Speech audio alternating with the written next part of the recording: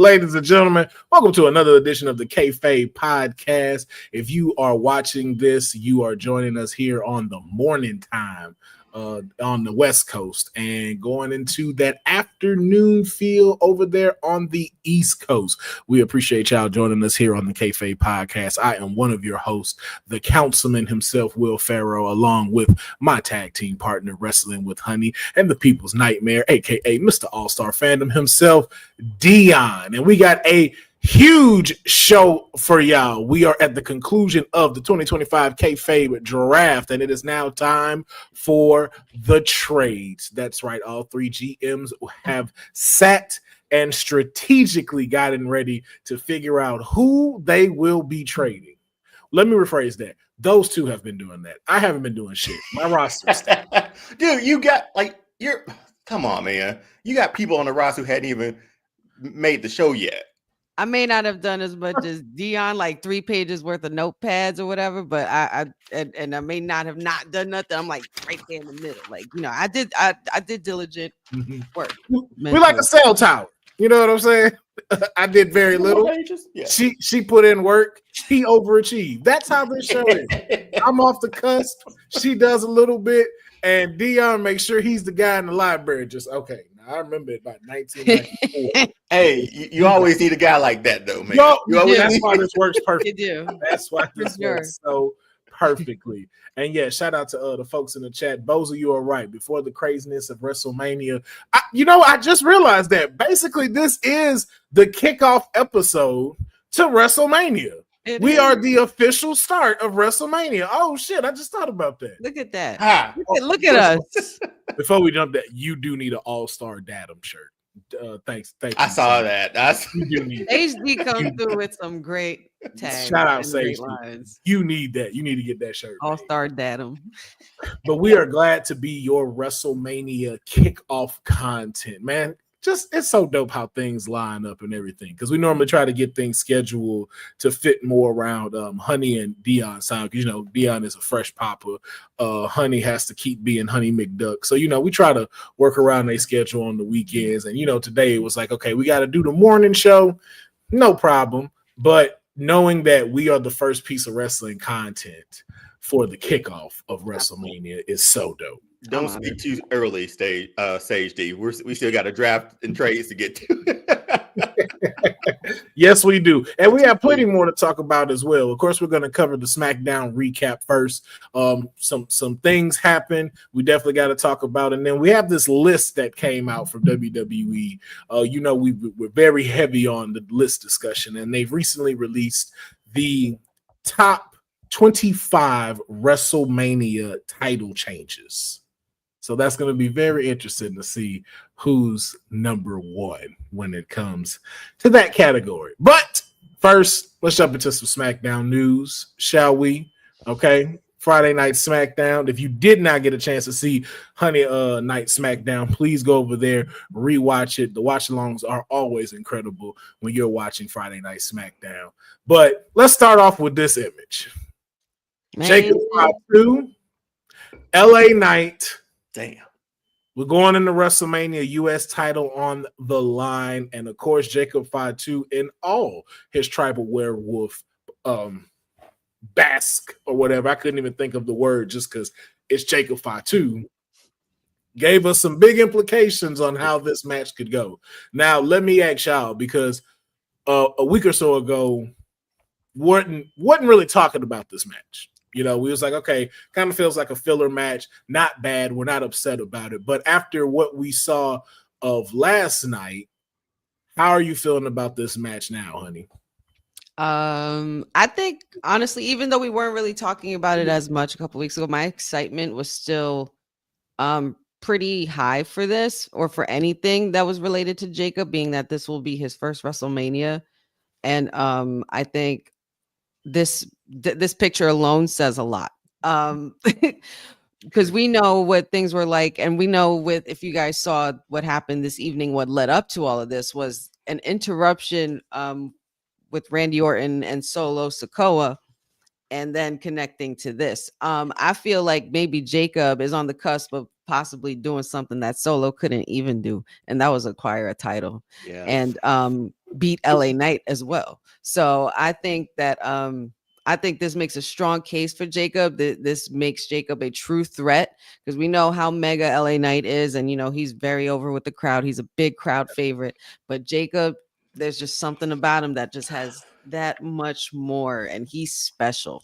He's absolutely special. For the show to end with this image and Jacob Fatu standing in the ring with potential gold in his hand after where we were a year ago, going into WrestleMania, or even knowing how far he's come since he came. Mm-hmm. So Yeah. I think it's pretty dope. I'm excited for this match. Did LA Knight have a match at WrestleMania last year? Yes, he did. So. Yes, he did. He did. Okay, because I couldn't. Who'd he go up against? Hold on, let me pull it up right here. It's not ringing a bell right now. It's gonna win it, because I know he had to be there. Because he did SummerSlam with Logan. Mm-hmm. Kevin Owens, right? No. AJ Styles. AJ Styles. Oh hell, because remember when they had that fight at the con? Yeah, and AJ flew 1,000 miles to go beat his ass. How could I forget that? That shit happened right in front of me. Because the story happened. That's why. The story happened that made us forget all those matches at WrestleMania 40. But honestly, the fight from the media scrum is what really amped up that match for LA Knight, and it put him on the map. And the fact he went to his house. He went to AJ's house. Yeah, he did. Yo, that was a good build up. That was fun. That was fun between those two former TNA thoroughbreds. Like, come on. We might need to revisit the bill for the rest of the matches from last year. Because the story overshadowed both nights. Yeah. But with this image, man, I don't know about. Well, okay. Come on. It did. It was obviously the most highly anticipated and talked about thing, but there were other things in there that could have been close. I don't think it got the AJ Styles. I forgot. That's how much it overshadowed for me, and I forgot it was him and AJ Styles, which is wild. Two of my favorites. I can only think of 4 matches out of the rest of WrestleMania, and that was Seth versus Drew, Becky versus Rhea, and then the 2 main events. Y'all gonna forget R-Truth and Miz? I forgot all about they split the titles. Oh wow, yeah, because Austin and Grayson won. See, I forgot all about that. Wild. What a wild time. I forgot all about that. Karrion Kross's first WrestleMania. Oh, against Gunther's loss to Sammy. Gunther's loss to Sammy, which I hated, which was probably the only thing that I did not want to happen. True. Same for me. The story finishing, obviously. Oh well, that was bound to happen. But with this in particular, love LA Knight, but he needs more people to go up against. And Jacob Fatu, the chase is a whole lot better, right? LA Knight's chase to the title was a lot more memorable than his run, I feel like. Even when Shinsuke had it for a little while, that just didn't seem to work. They owed Shinsuke a world title, but that's neither here nor there. But with this, I'm more interested in this one than I was last week. And it's all about the bills, right? You got 3 extra weeks more than you had last year, I think. Yes. So two or about 2 more weeks to build up to Mania this year. And this is the first time now where I'm like, okay, I want to see this one. Jacob Fatu's been a monster since he's been there. LA Knight has been over. Thank God we didn't get Max Dupree. Thank you, Lord. Boy, LA Knight would be gone now. He'd be released right now. No telling where he'd be. But yeah, I'm looking forward to this one because it blends more into the Timu's Bloodline storyline too, because the main Bloodline storyline is done. It feels like now this Timu thing with Jacob and Solo. Let's see where that leads, because Solo looks like a huge loser, man. Like every time I see him, he just looks like a walking L. And I don't know if that was on purpose or a good thing, but now since you got that alpha like Jacob, you got somebody to push Solo now too. Or maybe Solo a month from now is saying, I love you, Jacob. You never know. So we'll see. Well, he has technically already said, I love you, Jacob, on a couple of occasions on SmackDown. Not to the degree of like what Well, he's not going to do Yeah, that. Right. Well, we know he's not going to do that because not for nothing, Solo is the one. I guess he still feels like he's in charge of things, and but he's not. He's not. He's totally not because Jacob is literally going to be doing his own thing. So let me ask this question then, because it seems like we got some implications also this past Friday that as much as we've been saying what we'd like to see happen, that there's now a running that we may get Randy Orton versus Solo at WrestleMania. Although that's not what we're looking for, it's a thank you to Solo. It is, and so let me ask this question and bold this. Let's say Jacob wins the title, and then let's say Solo beats Randy. Does this shift the placement back to Solo to where he seems a little more dominant? And then the other question I want to ask, let's look at the other situation and say Solo loses. Does this fully drop him down to where, okay, now Jacob is the leader of the bloodline? It's who's carrying the gold, man. Who's going to have that? If he has it around his waist, he's running things. It might not be the main title, but it's a one title more than Solo. Right. Solo never held any kind of gold. He just took the Ulafala and wanted to proclaim himself a tribal chief. But you're not the tribal chief of nothing if you don't have gold. Yeah, it would be only your Tama Tonga and Tonga Loa had gold. Even though he held that belt, Jacob too, technically, because Jacob was the first one to get the tag team champions, and he made him give it up. He had to give up. Defend it. Yes, he did. And Solo made him do that. Yep. He's not going to make him do anything in this case. Fernando, we're like you though. You know, we both want to see that rather than Solo. We would rather see either Aleister Black return or Rusev return to take on Randy Orton. What if Rusev comes out on that tank again, man? That's if it's him. Why are you acting like it's not? You know what? Never mind. Because I figured it out now why Honey is doing this. Honey wants to remain oblivious and feel like it's not going to happen because when it does, she's going to lose her shit. So she just doesn't want to settle in the process. I have no idea. I have trouble. So we'll keep it blind. Would that be his first match back? Randy at Mania. That makes sense though, because Randy's at a point now where he doesn't mind putting over talent. He doesn't. You know what? We're missing a big story here.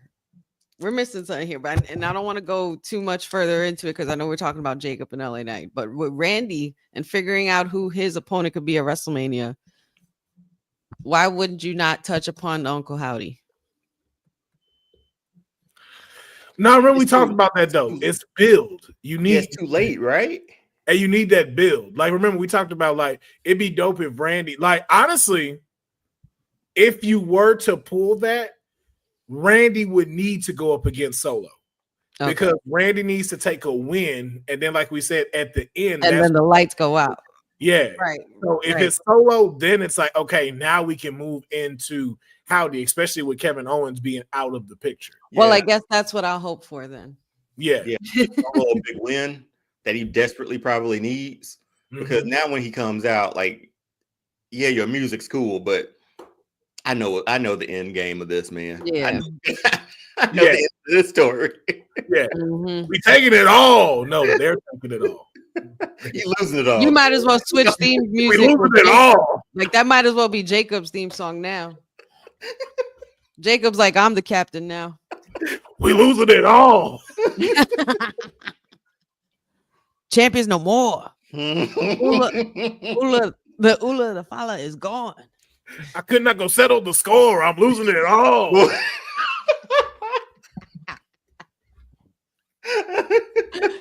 I am not guessing to win. We should seriously rewrite a song now. Indeed, Solo's the tribal chief of jobbers. Indeed. Yeah, man. But this could be a turning point. Like here's a question about LA Knight. With the title not being on Roman as a big of a juggernaut as before, can we see LA Knight finally creep into that world title WWE championship picture after this? I think so. If not, maybe Intercontinental. No, I'm talking like the guy. We're going straight to it. Oh, yeah, because he's been implemented in before. he had a fantastic match with Roman at Crown Jewel. Sure did. And the only thing that stopped him again was the bloodline. So I think it is that time, but I feel like he needs to be put in a couple of big time rivalries before we pull the trigger on the championship. So like LA Knight should definitely get into something with Drew McIntyre. He should definitely get into something with Damian Priest. So we start seeing him as a big guy picture. He's already a fan favorite. We know that.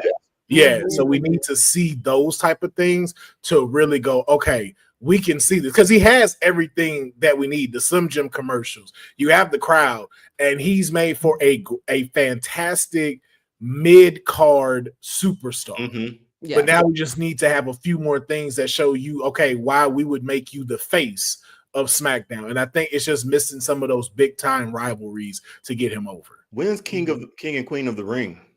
Like, how late in the year is that?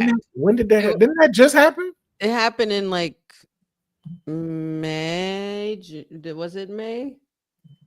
Because it was before Money in the Bank and after Backlash. It was like that in between time. Yeah, May 25th. May 25th was last year. So is when they had the finals. So if it's on the calendar for this year, I think you build. And they're trying to reestablish the King and Queen of Rings too. As call being him, like those call him LA King instead of LA Knight. I mean, dub him King. Let that be in his back pocket for a championship match, and you can still build him through those too. And you know what's funny, Deonne? I did see an article pop up on the internet recently that said that there are going to be a few superstars in the near future that getting a repackaging. So I don't know I don't think he needs one. I mean, not that I think he needs one, but if you're like changing it, like if you're making him King of the Ring and stuff like that, you know what I mean? Like maybe the Knight will become a king, and then I mean, it writes itself. King becomes a champion. You know what I mean? Like, because I think that's a safe place to put him, saying like he has a guaranteed title shot. LA Knight's always good with a chase. I think he's always good with a chase. Because I know he gets every time his music plays as well, like it's like the people never heard it before. It's always an instant pop and loud. Mm-hmm. And I mean, like he gets compared to Rock and Austin a lot, but if you gave him that Austin sort of build through King of the Ring and then throughout, because I mean, he's had run-ins with the top guys similar to Austin at that time. You make him a King of the Ring, you're getting another Austin 316 moment, but just for him and his version. Yeah, which I'm glad he's a throwback, man. I enjoy him on the mic. And man walks the ring like he walks like a superstar. He owns it. I hope that there's the guy, like I want to see him as the quarterback of one of those brands, man. I think he's that good to be able to pull it off, especially with Roman out of the picture for the foreseeable future. Absolutely. Yeah. So we shall see. But shout out to Jacob Fatu, man. First WrestleMania and solo match, and you're going for a title. So we'll see who's going to win. Now, another title match that we got, Drew McIntyre versus Damian Priest. And these two titans, behemoths, big men have been just going at it. Well, this isn't a title match, is it? No. It's no. What title would it be? You did say title at the beginning. I heard you say title. That's the only reason why I asked. But I, as a partner, we're gonna point it out like honey. You know, I appreciate it. I knew what you meant. Right. I got confused. So I'm like, wait a minute, there's a title shot that I missed or something? Like, because I was like, I know I watched SmackDown. That's all I missed. Exactly. You watched SmackDown. I didn't know if it was never mind. Go ahead. I didn't know if it was y'all trying to mess with me or what, but go ahead. No, that's just me slipping up. I apologize. I did not mean to call that out. Deonne, we're gonna start with you this way. Go right ahead. With what you saw from last night, same question with the LA Knight and Jacob thing. How are you now feeling about this match heading into WrestleMania? It's like creative just said, like, hey, we got more matches in this than our main title, our main like big titles. There's undercard matches that haven't fully been built to that excitement, but this and making it a street fight, that's the variety that you needed from WrestleMania 2. You had all your title matches, you have all your one-on-ones or straight matches, this makes me excited for it now. Two guys that size going head to head at WrestleMania. Again, it sort of makes sense too from a year's build of, hey, McIntyre took Drew's moment.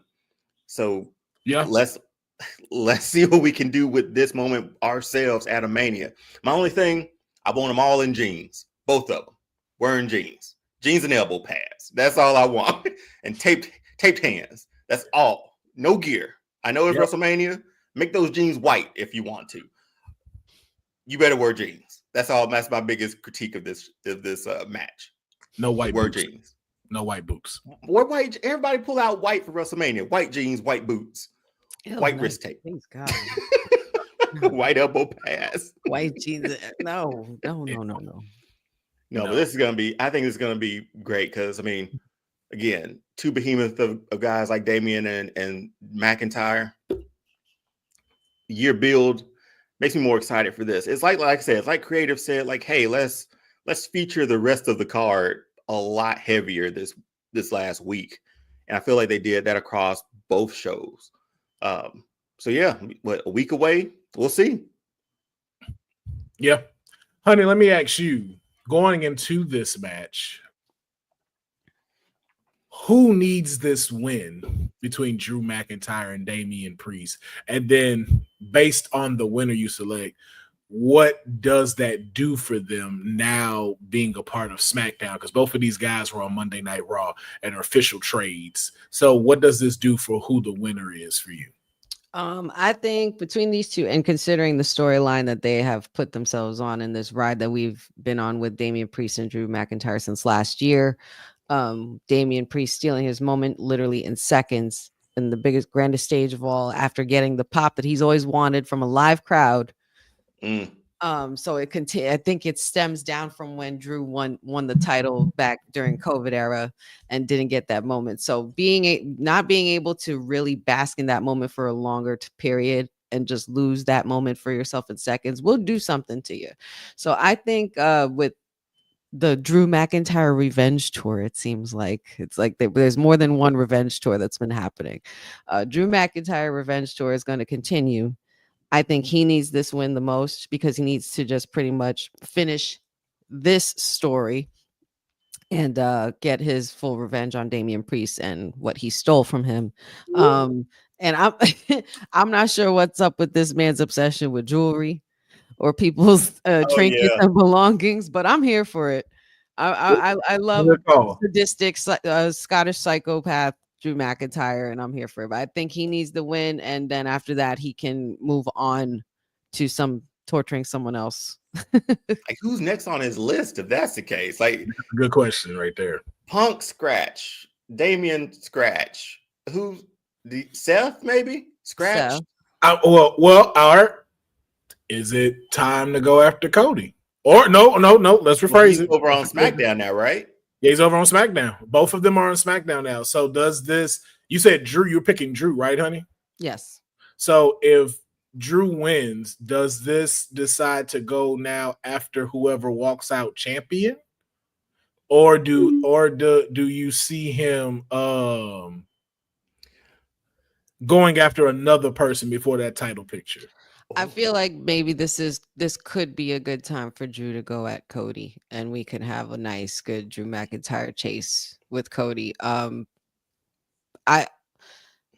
Seeing Drew become what he's become since he's arrived back in WWE this time, like, there's no denying that he is a top player and he should be back in that title picture. I think him and Cody would be great. However, it would of course it would have to depend on what happens with that main event and also the triple threat. Those are I'm going to be looking at very closely, and I think Drew McIntyre is going to be looking at both of those main events very closely to see what he would decide to do, because he could go at Seth, but then you want Roman and Seth. You know what I mean? Backlash, things like that. Maybe he'll try a shot at Cody at Backlash and just keep trying and won't stop until he gets his shot. It could go either way with Drew.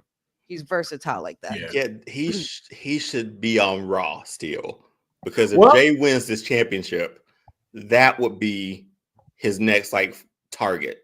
to take that away from Jay. That would be interesting. The draft is right around the corner, though. So yeah. Everything y'all saying could be something, because Jay could go to SmackDown and the titles switch brands, or hey, Seth Rollins goes to SmackDown, which I think is one of the biggest thing. That's what we really need. No more Monday Night Rollins. Nah. He needs to get back at Cody for denying him 3 times instead of choosing to finish his story. And if he didn't choose that, we probably wouldn't be here right now. Seth, according to Seth, that's not just me. Yeah, I think there's a lot of beefs out there, man. There's a lot of beefs out there. A lot of beefs out there. It's a lot. Triple H is just like this. He's like playing chess and moving pieces. And he's like, you know what? I'm going to put you guys back here and we're going to recreate that rivalry from last year and then do it again later on at War Games or something. Like, and they all make sense too. Like, yeah. The only thought is like, what if Cena walks out with the title? Like, what happens then? The man said he's taking it home. Like, because I'm the last real champion. If that's the case, new title is coming in about a month. Like also would explain why Cody was out there talking with all those different displays of the titles. Maybe they're going to reinvent it again. And of course, that attracts more money. Yeah, I actually like that segment. That was a pretty dope segment, especially just to see the titles too all.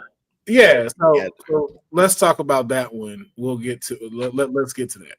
Let's get to that. All of the titles out. Cody drops a segment again leading up to his match between Cody Rhodes and John Cena. So first thing I want to get, what were your initial thoughts on this promo, and what does it do for you as far as that match, that main event for night 2? Honey, let's start with you. At first I wasn't sure where we were going, but I understand what Cody obviously something Cody's been very good at is telling his story, right? He's basically telling the story through championships, and he understands it's basically him showing him in a certain way where he understands the prestige and history of the WWE championships and the titles that have come before and now.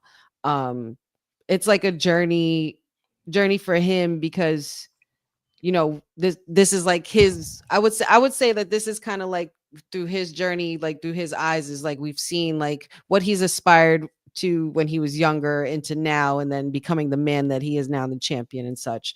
I feel like this was a good midway. I feel like by the end of this week, I would definitely need just a little more. And of course, by the time Friday gets here, we're going to be getting into chaos because it's going to be the weekend of. So I think this was perfect just to kind of like cool things down a bit. I'm glad it just wasn't another face-to-face or, another war of words between them two, or just Cody getting the crossroads. Because the last thing, and the way they did that was perfect, because the last thing we did see with Cena and Cody was Cody put the crossroads on him and got the last laugh that night. Cena's going to come back hard. Cena's going to come back hard with something this Friday. And I can't help but smell something cooking. I would love to go that far with The Rock. I don't know what he's up to. He might be in Japan at the moment. But this segment for Cody, perfect, man. Like, honey, you hit it right on the head. It was like a good cooling period with Cena not being there and Cody still telling this story without him. Yes. And it conveyed everything that I sort of wanted to, because again, John Cena is saying, I am leaving with this title. Like, I will be the last, like, what do you say, last real champion. And Cody just took you on like a history of titles throughout WWE. And then he even, like, the spinner belt was there. Cena's belt was there. It's finally put into the like history of the WWE. Like, that title's there. By hook or crook, it's there in history. It will be there forever. And just talking through that whole thing, like, it made me more of like, okay, this is a cool down. Next week's going to pick up, no telling what's going to happen with Cena. And then we're at Sunday. And whatever happens Sunday, good grief, Could Cena walk out and be the last real champion? What if Cody lose? Like, it's a lot of implications. So this was a good little point of like, hey, let's reflect, and then let's crank it up for the chaos of this last week leading up to Sunday. So yeah, I enjoyed the segment. Like, Cody's a fantastic storyteller, and he gets his points across even without his opponent being there. And he's just so damn eloquent. He does. He's so great. He's such a great public speaker. Well, I'm glad somebody liked it. Hard critic here, man. I'm here for it. Let us know why. It has nothing to do with him.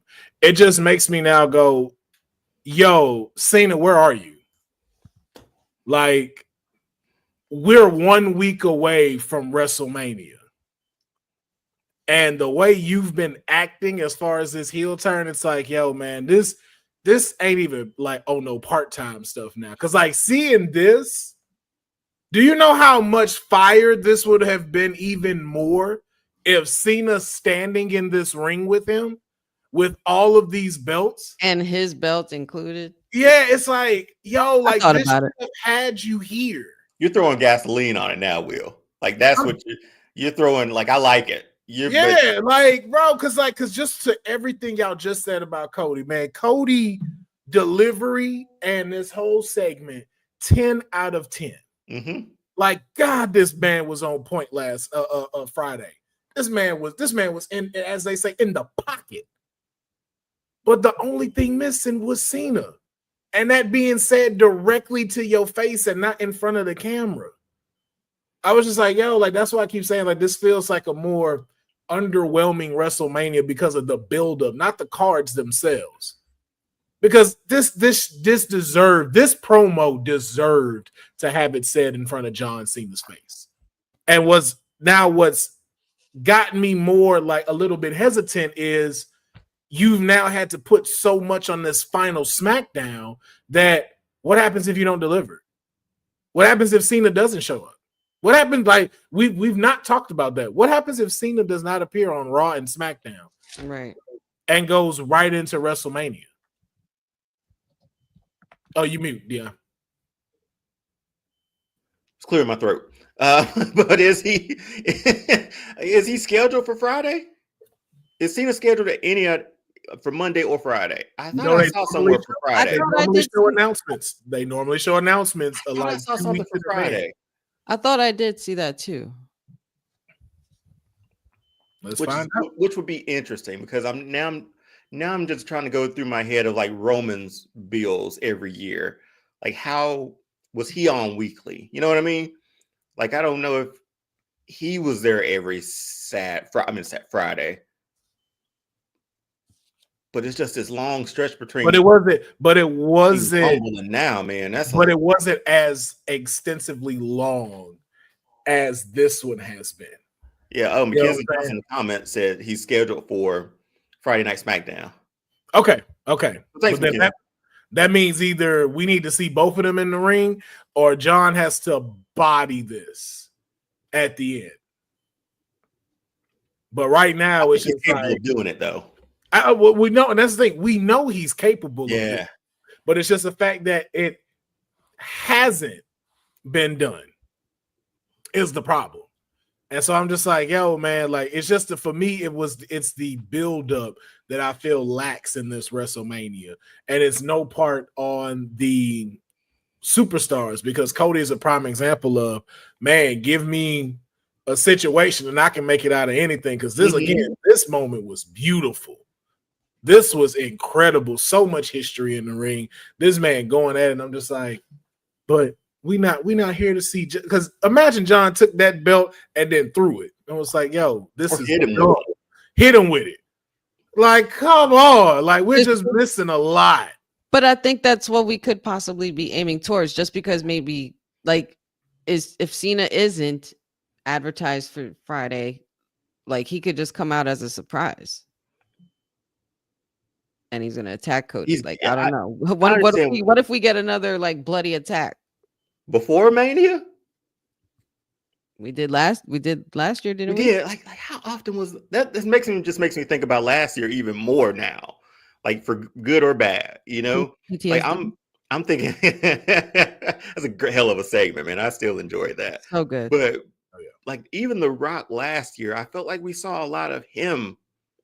We did. We saw a lot of impactful moments, and I think that's the thing of leading up to this. Outside of the shock of him turning At Chamber, yeah, we have not had another shocking like, oh shit, like when you got to see the final boss be the final boss. He turned into that. Yeah, but you had like all of this, like you had the contract signing, you had the different segments coming out, you had him looking at Cody's mom and said, "What can I say, man?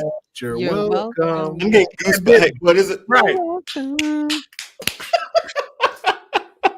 You know, beating his ass outside by his bus. Be like, "Don't you cut that camera on, you son of a bitch." You think I'm gonna let this piece of shit talk his shit? See, fuck that piece of trash. See, in my mind, and I WrestleMania is gonna be fine this year, but in my mind, that's what we should be getting this year. Yes, with John.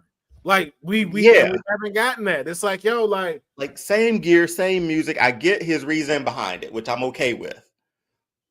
But The Rock went from, wearing all of his Project Rock gear back to the $500 shirts and vests, slacks, slow music, sunglasses. He reinvented himself back into that person and then and just ratcheted it up to like 20 right after it. Would have loved to see John do that because he was on 3 straight Raws. Yeah. And cut fantastic promos, but it was more focused on him being the heel and not really on the match. And that's what I think they didn't find a good balance of with John because of how impactful it was. It's like, yo, this really needed to be very strategic to where John needs to be here from this time of Elimination Chamber to now. Mm-hmm. Because we needed to be able to process in everything he's saying about why he's a heel. We needed to see some kind of example of, okay, how have you changed? Now again, and I'm not even going to say that's fully necessary because maybe we'll get to see the new way that he wrestles in a more heelish way at WrestleMania. That's cool to save that. I won't nitpick that one. But we needed to be able to get that digested and then now also see how this impacts you with the Cody stuff. Mm-hmm. I'm gonna need him to not do the jorts though. It would have been great to see some change. I need to see a little bit. I need to see it this weekend. I would like to. Give me the thugonomic look. Give me the green cargo shorts. I'll take that. No jorts. Give me the green cargo shorts. And some better shoes too. Man, if he come out in black Air Force Ones, then I know we own something. Remember the Usos just kicking people to death in Air Force Ones, man? How dare they?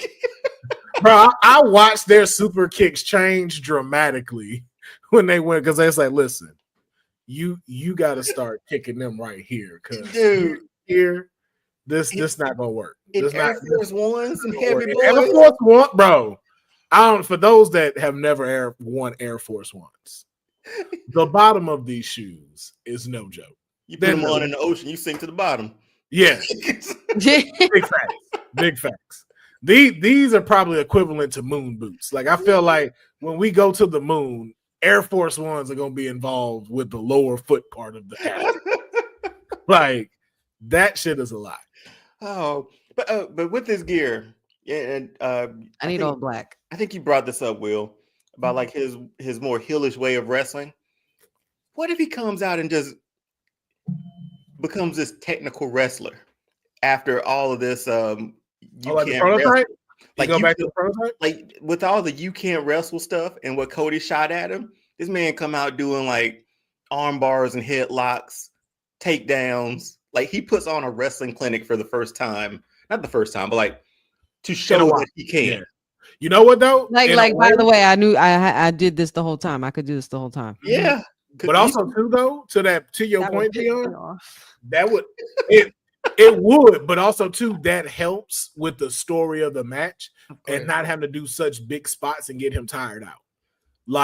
out wrestling Cody and seeing that's a good part of storytelling in the ring while they're there. And I think that should be included. Like, no, this guy can really go. For him to pull out spots we haven't seen of just like, yo, this man is dog walking him wrestling wise. Like, I would love to see Cody have to go, both of them actually have to kind of go through the decades of wrestling, from going to that old school Greco-Roman style to going to a more attitude-ish era to now even showing, to now even going to now the theatrics of it, like because bringing out some of the old school movies. Because we've seen them each transition into each era and become their own.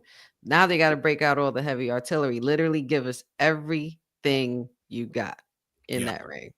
You need to show us that. I need to see every version of Cena and every version of Cody in this. Like, I need Cena to go full hit. Like, I need Cena to hit him with the Stardust thing. Like, if he does that to him, I'm like, okay, now we got ourselves a story. Because this was gonna be, it's gonna be more storytelling than rest. Like, you know, like you just said, like telling the history or going through it. I think that's pretty dope. Like through eras, because we just got a history lesson off titles. This week. Exactly. So every belt that was there needs to be represented in this match. Well, every part of that needs to be in here. I see that Big Eagle belt. I immediately think of Triple H. That's the only person who comes to mind for some reason. Really? I go Austin. He had his Smoking Skull title. I get it, but I don't know, man. Triple H wore that belt. He was the only one who wore it around his waist. I mean, it's understandable. That's why I say I'm not disagreeing with you. I just know when I think of it, the first one is Austin, because that was what I saw him with. Maybe Triple H and Rock for me, but Austin had his own, man. This man had a snakeskin belt, like. There wasn't nobody messing with that, man. But let's keep it pushing on SmackDown. I want to go back real quick. We now officially have the women's tag team match for WrestleMania. It was a gauntlet match between a number of women tag teams, and to come out on the end of this gauntlet match is the women's Intercontinental Champion Lyra Valkyria. Bayley will be taking on Raquel Rodriguez and Liv Morgan at WrestleMania. And I just want to go first in saying this has to be the dumbest fucking booking. Okay, I'll let you finish. Yeah, same. I understand why you feel that way, but Yo, the fact Kaden Carter and that other girl are the only real tag team. And Katana Chance, and they lost. Is wild. The fact that you're making the women's Intercontinental Champion have a tag team match for another title rather than just letting her defend the title in some type of fatal four-way is fucking stupid. There were plenty of other people who could have won this. Now, let's take away the whole, Kaden Carter and Katana Chance being the first ones, the only real tag team. I would have taken, as much as we make fun of her, I would have taken the Boat and Maxine Dupree to go for these titles. That would have been a great match to see it as far as getting the crowd over, Maxine doing her work, Natty putting in the work. I would have loved to see really Meechin and B-Fab win this opportunity. But I get why it was made, because it's a big ticket, it's big money. Bayley needed a match. But again, you have a mid-card champion there who's not defending her title at WrestleMania and going for more titles. And the fact Chelsea Green still don't have a match. I ain't like this one. I wasn't a fan of this one. I think this is an ode to a classic twist and that we have in WrestleMania moments in history. Liv and Raquel ain't losing those titles. We know somebody's going to be turning on somebody with Bayley and Lyra. They're not, because they're not going to win. So it's either Bayley's going to go back to her heelish ways, or Lyra switches it up and says, screw all of you. I'm the Intercontinental Champion, tired of being overlooked, and turn into like a real Raven, Valkyrie, terrorizing Bird Lady. But here's my thing. But you could have built that already. I see what Will's saying. You could have done that 2 weeks ago. Yep. And even built the match for this. Yeah. And even what you just said, all that could still happen on Monday Night Raw, not WrestleMania. Yeah. And also the fact that the Street Profits are not on the card. I would have rather those tag teams been defended than get this match. Because there's some heat with those titles too, with the tag team titles. There's DIY for the first time. Like I kind of care about them, you know, and put the Motor City Machine Guns in it. You could have done. Okay, we got a lot of multi-people matches in WrestleMania this year, which is understandable.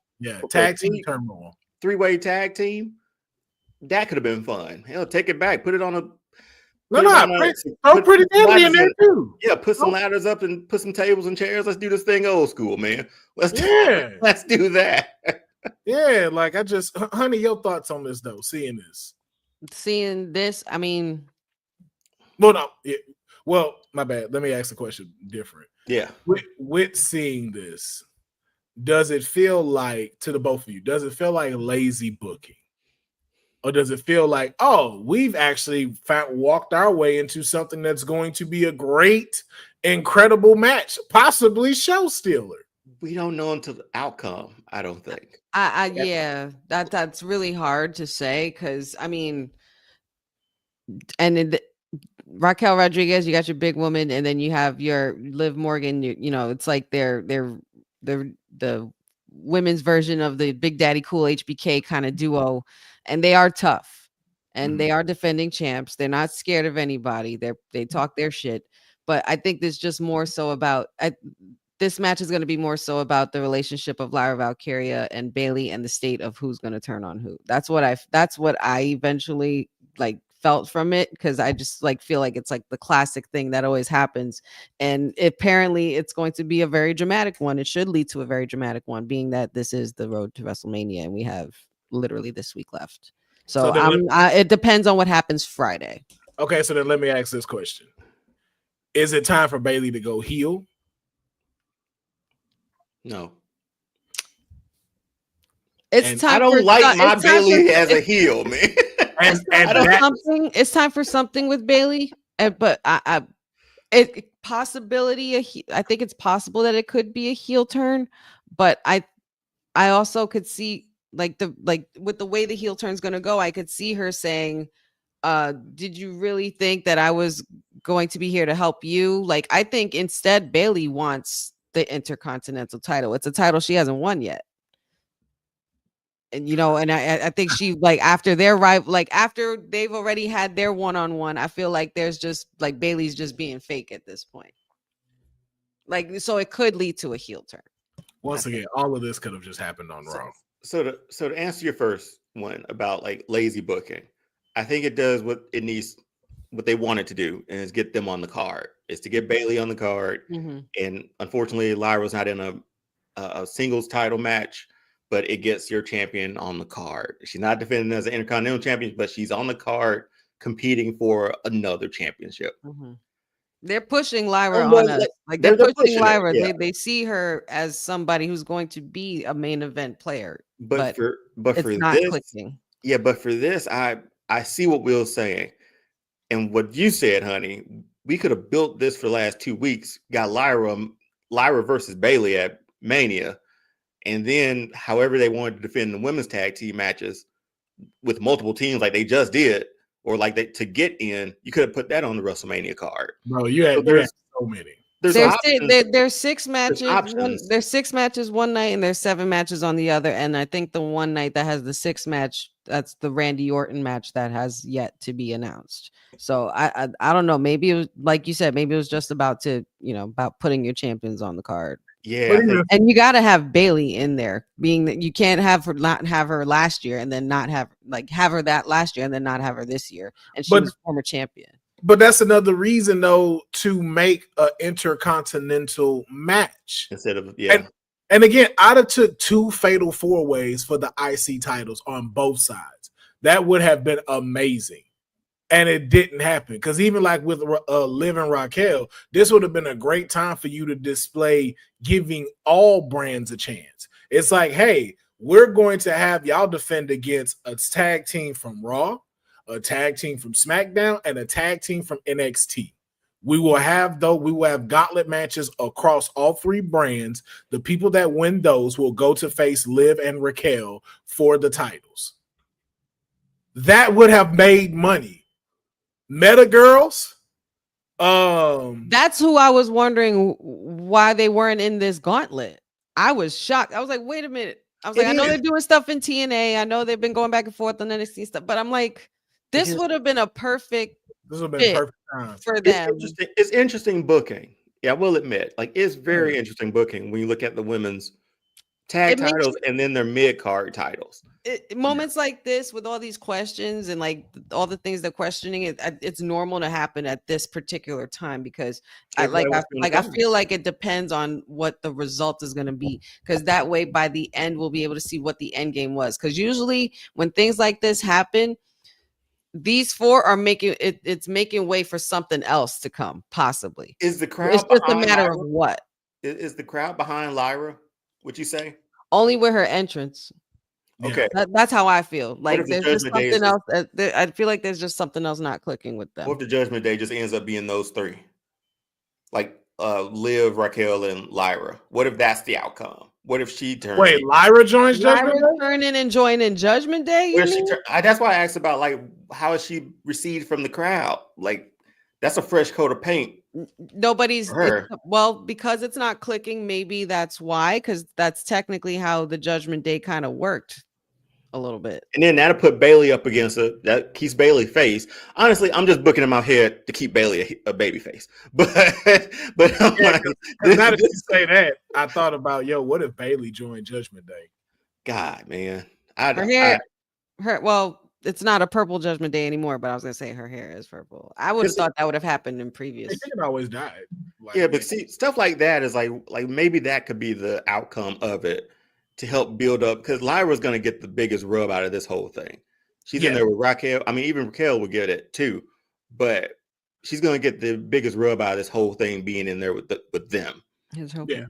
What if that's a heel turn? What if that's something else?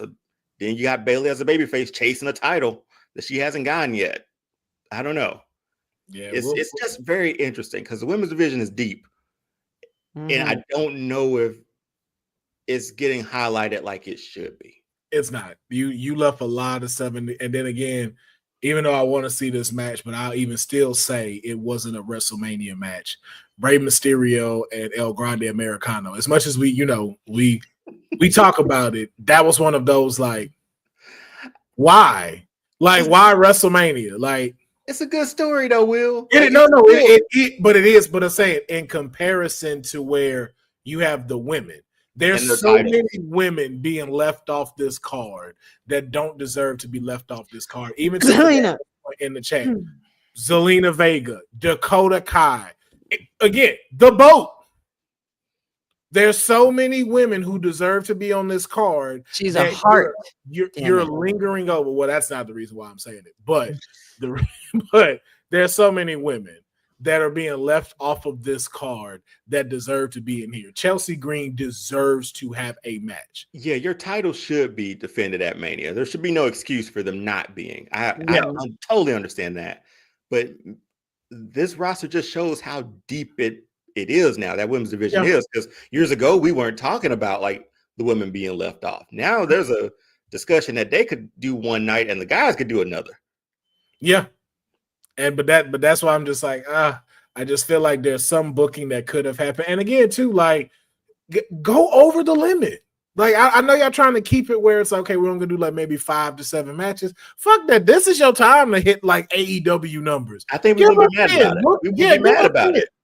We ain't gonna be upset. Hell, we watched 8 hours before they went 2 nights. Yeah, if you like 8 hours, if you out there, we in Vegas. It's not gonna be crazy like as far as weather goes by the time this starts, and we in a new stadium. It's like, yo, man, like I just felt like there's some like very important matches that y'all are skipping over, because I definitely disagreed when we were on WWT Friday about them saying every championship shouldn't be defended at WrestleMania. No. Yes, the fuck it should. That's where it should be. Yes, it should. Every title should be on the line. Everybody should be on it. Exactly.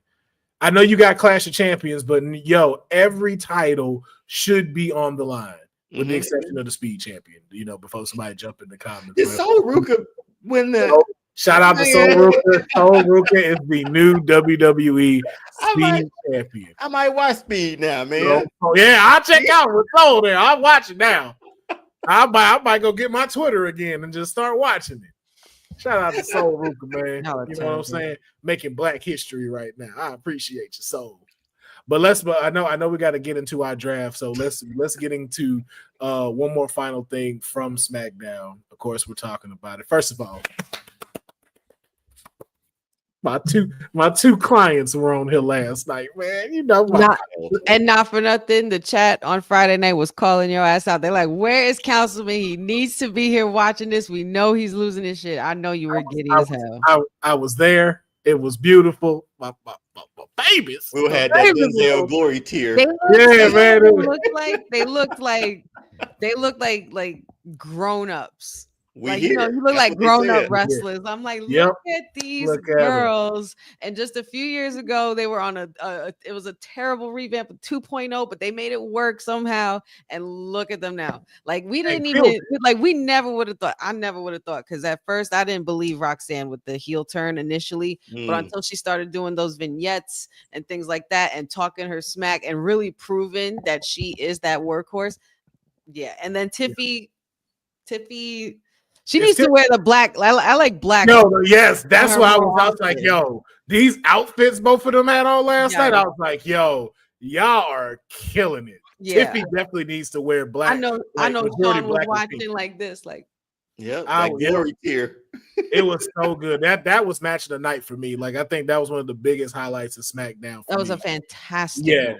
But what it also showed me too was WWE has no idea what to do with Roxanne. Not yet. They have, and not in a bad way. Not in a bad way. It's this girl is so good that you can't just throw her in here. You do need to be strategic when it comes to Roxanne. Because it was first it's Raw, now it's you're on SmackDown and you faced the WWE Women's Champion. And the only and again, we know why you had to take the L to keep this up. But watching this, it was I don't know who's gonna win this match. This wasn't okay, this is a determined thing. This was to let us know that this story still isn't over yet between these two women, because Roxanne is gonna come for Tiffy's title. I know that was she can come for anybody though. That's the crazy thing. It's she can come for anyone. But I believe one person she knows she can beat and we all know she could beat is Tiffy. But Tiffy right now is the top woman and she's the champ. Yeah. But it kind of also scares me because I think of where Roxanne was in February when we had the Rumble. She was the second to last woman out with who? Charlotte Flair. So it makes me wonder what this outcome of this match is going to be. And if Charlotte wins, are we going to get... Where does that put Roxanne? Where does that put... Exactly. Where does that put Roxanne? I will agree. And maybe is that the one that Charlotte wants to put over instead? No, I will agree with Will on this. I'm just... they don't know what they're doing with Roxanne, but it's a good thing. Because they're not forcing her into bad situations. Which is why they don't know what to do. Exactly. I don't know if y'all agree with me on this. Carmelo Hayes comes to mind. Take away the stuff he's doing now. But when he first jumped, number one pick, right? Wasn't he number, first match was against Cody. And he's been in top matches with top guys. He's lost, but he's been there. He's ended shows. He started shows. He's putting in work. I think that's a good way of getting him out. But for Roxanne and the legacy she has in NXT too, I don't think you do the same thing with her. She's in a match with Tiffany, which is great, but she's she's gonna take that L. We're a week away from WrestleMania. We know what was gonna happen there. You got to be super strategic on how you use her because she was the face of NXT for that women's division. And the things that you've had her do main card has left an impact. And they protected her there too. Yeah. And so it's to be the last for one of the longest in red, you're in the history books now. like what it was, longest recorded Royal Time Rumble in the women, but yeah. Feel, man, they're building her correctly to the point where now when she makes that move or jump for a card title or main, you believe it. Or maybe is she the one who ties us into the story as to what happens in the previous match with the tag teams? Is she the reason that Lyra and Bayley could lose? I don't want that because of her recent rivalries. I don't want that. Lee, I'm to be honest with you, right? I don't want the Bayley Roxanne stuff no more. You feel with it? Because it was like when it was supposed to happen, you didn't do it. Mm-hmm. When this shit was supposed to go down, you didn't do it. You made it a triple threat match at Vengeance Day, and that was it. Like where the build was going, you just completely threw it away. And I'm like, I don't want to see it come back. Let Bayley go do what it is she needs to do. I don't want that to be Roxanne's first focus. But maybe down the line. But here's the thing, too. Hey, man, the announcer is killing it. That guy, like, he's... Yeah, I like this guy. That sounds like a real, like, boxing or UFC fight. Like, that's...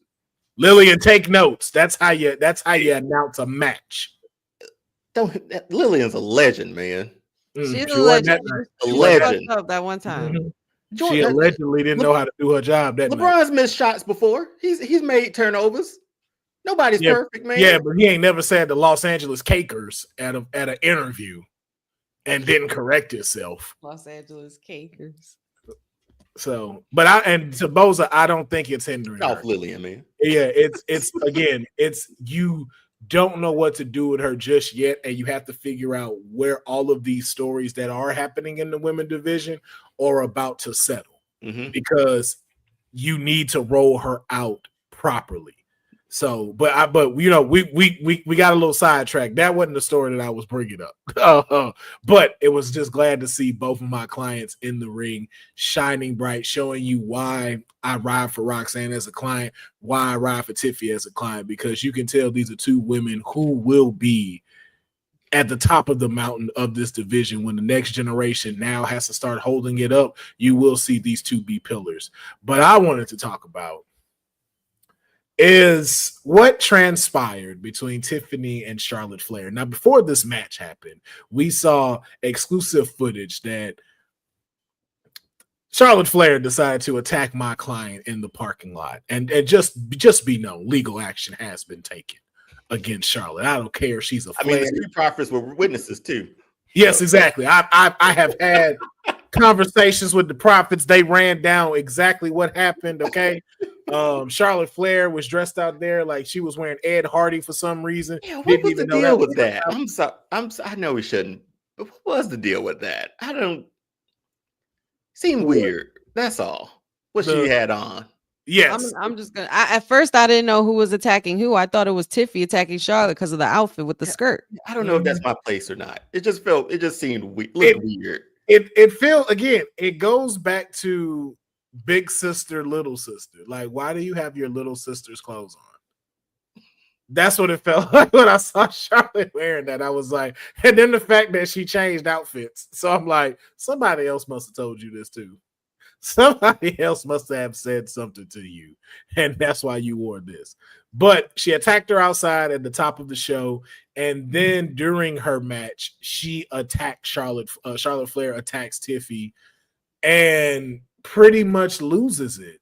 So now, same question that we've been having for these last matches. Seeing this, where are we with this match, and how are you feeling about it? As in the eyes of Charlotte Flair going into here. Deonne, let's start with you. I mean, does it save last week? Kinda. Like it makes you sure. I saw the cell phone footage before the stuff happened before, and then this here. I don't know, man. Like it seems like Charlotte snapped. I guess that's what we're going with now. A little more unhinged than usual. But I don't know, man. This match was up in the air once she won the Rumble. And for me, in all honesty, yeah. I mean, I don't know. There's no words for me, man. I'm kind of speechless by it because I'm like, you don't know what might happen. You know, if Charlotte does business, I hope Tiffany comes out great because we just saw her go up against Roxanne. We want that in the future too. You can't shoot yourself like in the present right now when you're trying to build towards your future. And I hope they don't do that to Tiffany because she's got momentum. She's got that title. She's on the upswing. A loss to Charlotte at Mania, we're back in the same boat in the women's division, man.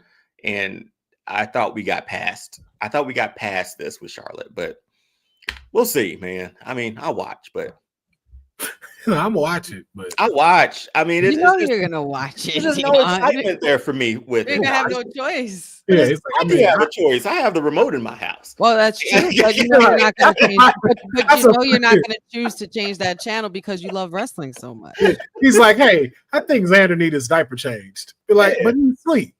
I'm still gonna check anyway. Yeah, it's gonna take me 45 minutes to change one diaper. Yeah, like I'll be back. Hey, Will text me when the next match starts. I got you, Deonne. Yeah, man. It doesn't feel like a great build or a great match, or like it's like I don't know who's gonna come out of this better. Yeah, honey, your thoughts? I could say that I'm definitely more further invested. I wouldn't say that my feelings have changed based on last week or before this. I'm looking forward to this match simply because I know this is a match that I've wanted personally as a viewer. But as far as like how I feel about it now and how I feel about it through Charlotte Flair, I'm still a little worried. I'm still a little concerned, but I'm not entirely as concerned as I was last week, being that Tiffy is the one on top. Well, Tiffy might come out being the one on top this Friday, unless Charlotte is going to get the upper hand on her again. I'm just trying to grasp and catch on to the pattern that WWE like does from time to time. Like if you got the champion not standing the night before or the week before WrestleMania on the go home shows, that could either, you know, depending on what they could do, because I mean things could change, of course, but I'm hoping that Charlotte is just working it really well. Same. And has been working it this whole time, and hoping and praying that she will give Tiffy her flowers because she deserves them. And it would be nice to see Charlotte do it one-on-one with somebody who's actually worthy of being passed the torch, because Tiffy's not no scrub. She's the future. Yeah, this still makes me worried even more now after seeing this segment, because like I said, depends on Friday too. This Friday. Yeah, but because here's the problem. This is at no fault my client, and this is not me being biased, but this is at no fault of hers. The problem is there's a layer that Charlotte is supposed to be unlocking with Tiffy, and that is how to be able to handle another superstar as the WWE champion. You saw it with Nia. Nia walked her around, not even with kid gloves. Like, we saw what it was, and we saw how she was able to handle that. But even too, it was like it didn't unlock the next level of Tiffany Stratton. Mm-hmm. And that's what I'm still seeing here. It's like, okay, Charlotte, you're supposed to be working on unlocking the next level of her. And I'm not seeing that, because one conversation I did have in the IWC was, what if Tiffany loses? And then the chase of Tiffany and how that starts to define her. Because just like how we said with Trick Williams, you see a different side when you chasing that title. True. And Tiffy didn't have that. You know, she went straight to Money in the Bank and then became champion. So it's like that chase would be dope. But then you also look at the other side. What if Tiffy goes over? Obviously, this wouldn't be over with Charlotte Flair. So then would we get Charlotte Flair now doing what she's supposed to do and helping unlock this next level of Tiffany going through this rivalry? But as of right now, I don't see that. And then now seeing Charlotte going berserk off of her, and even the way Tiffany responded, because and that's the thing too. It's like Tiffy's, you know, supposed to be playing this pretty girl. You know what I'm saying? Like, she doesn't do that really. She don't conduct herself like that. But it's like, I need to see you slap her in the face and dirty. And get dirty. And on some promo, just call her, "You wretched little bitch. Your number is coming." And it's just you're not seeing that. It's kind of just like, yo, why is my idol beating me up? Why is my idol doing this? And so it just again, it still just has me concerned of like, how is this match really gonna go? So I hope it surprises us, man. I really do. I hope it does. I hope they give us a Rhea Charlotte match like they had in Los Angeles. Like, give me that. That's Charlotte at her A game there. That's top game. Yeah. So it's just like, yo, please be that so we can see that from Tiffany, because we know Tiffany has A+ performances in the ring, but give us that. But I again, like y'all, I don't know. I don't see where it's going, and I'm not sure. But we'll find out next weekend as we are kicking off WrestleMania. So speaking of WrestleMania, though, it wouldn't be a kayfabe if we didn't talk about a list. Okay, let's do it. We didn't talk about a list. Yes, number one. And so, okay. WWE has released a list of the greatest title changes in WrestleMania history. Now, there's 25 of them. I'm not going to name all 25. I'm just going to give you the top 10.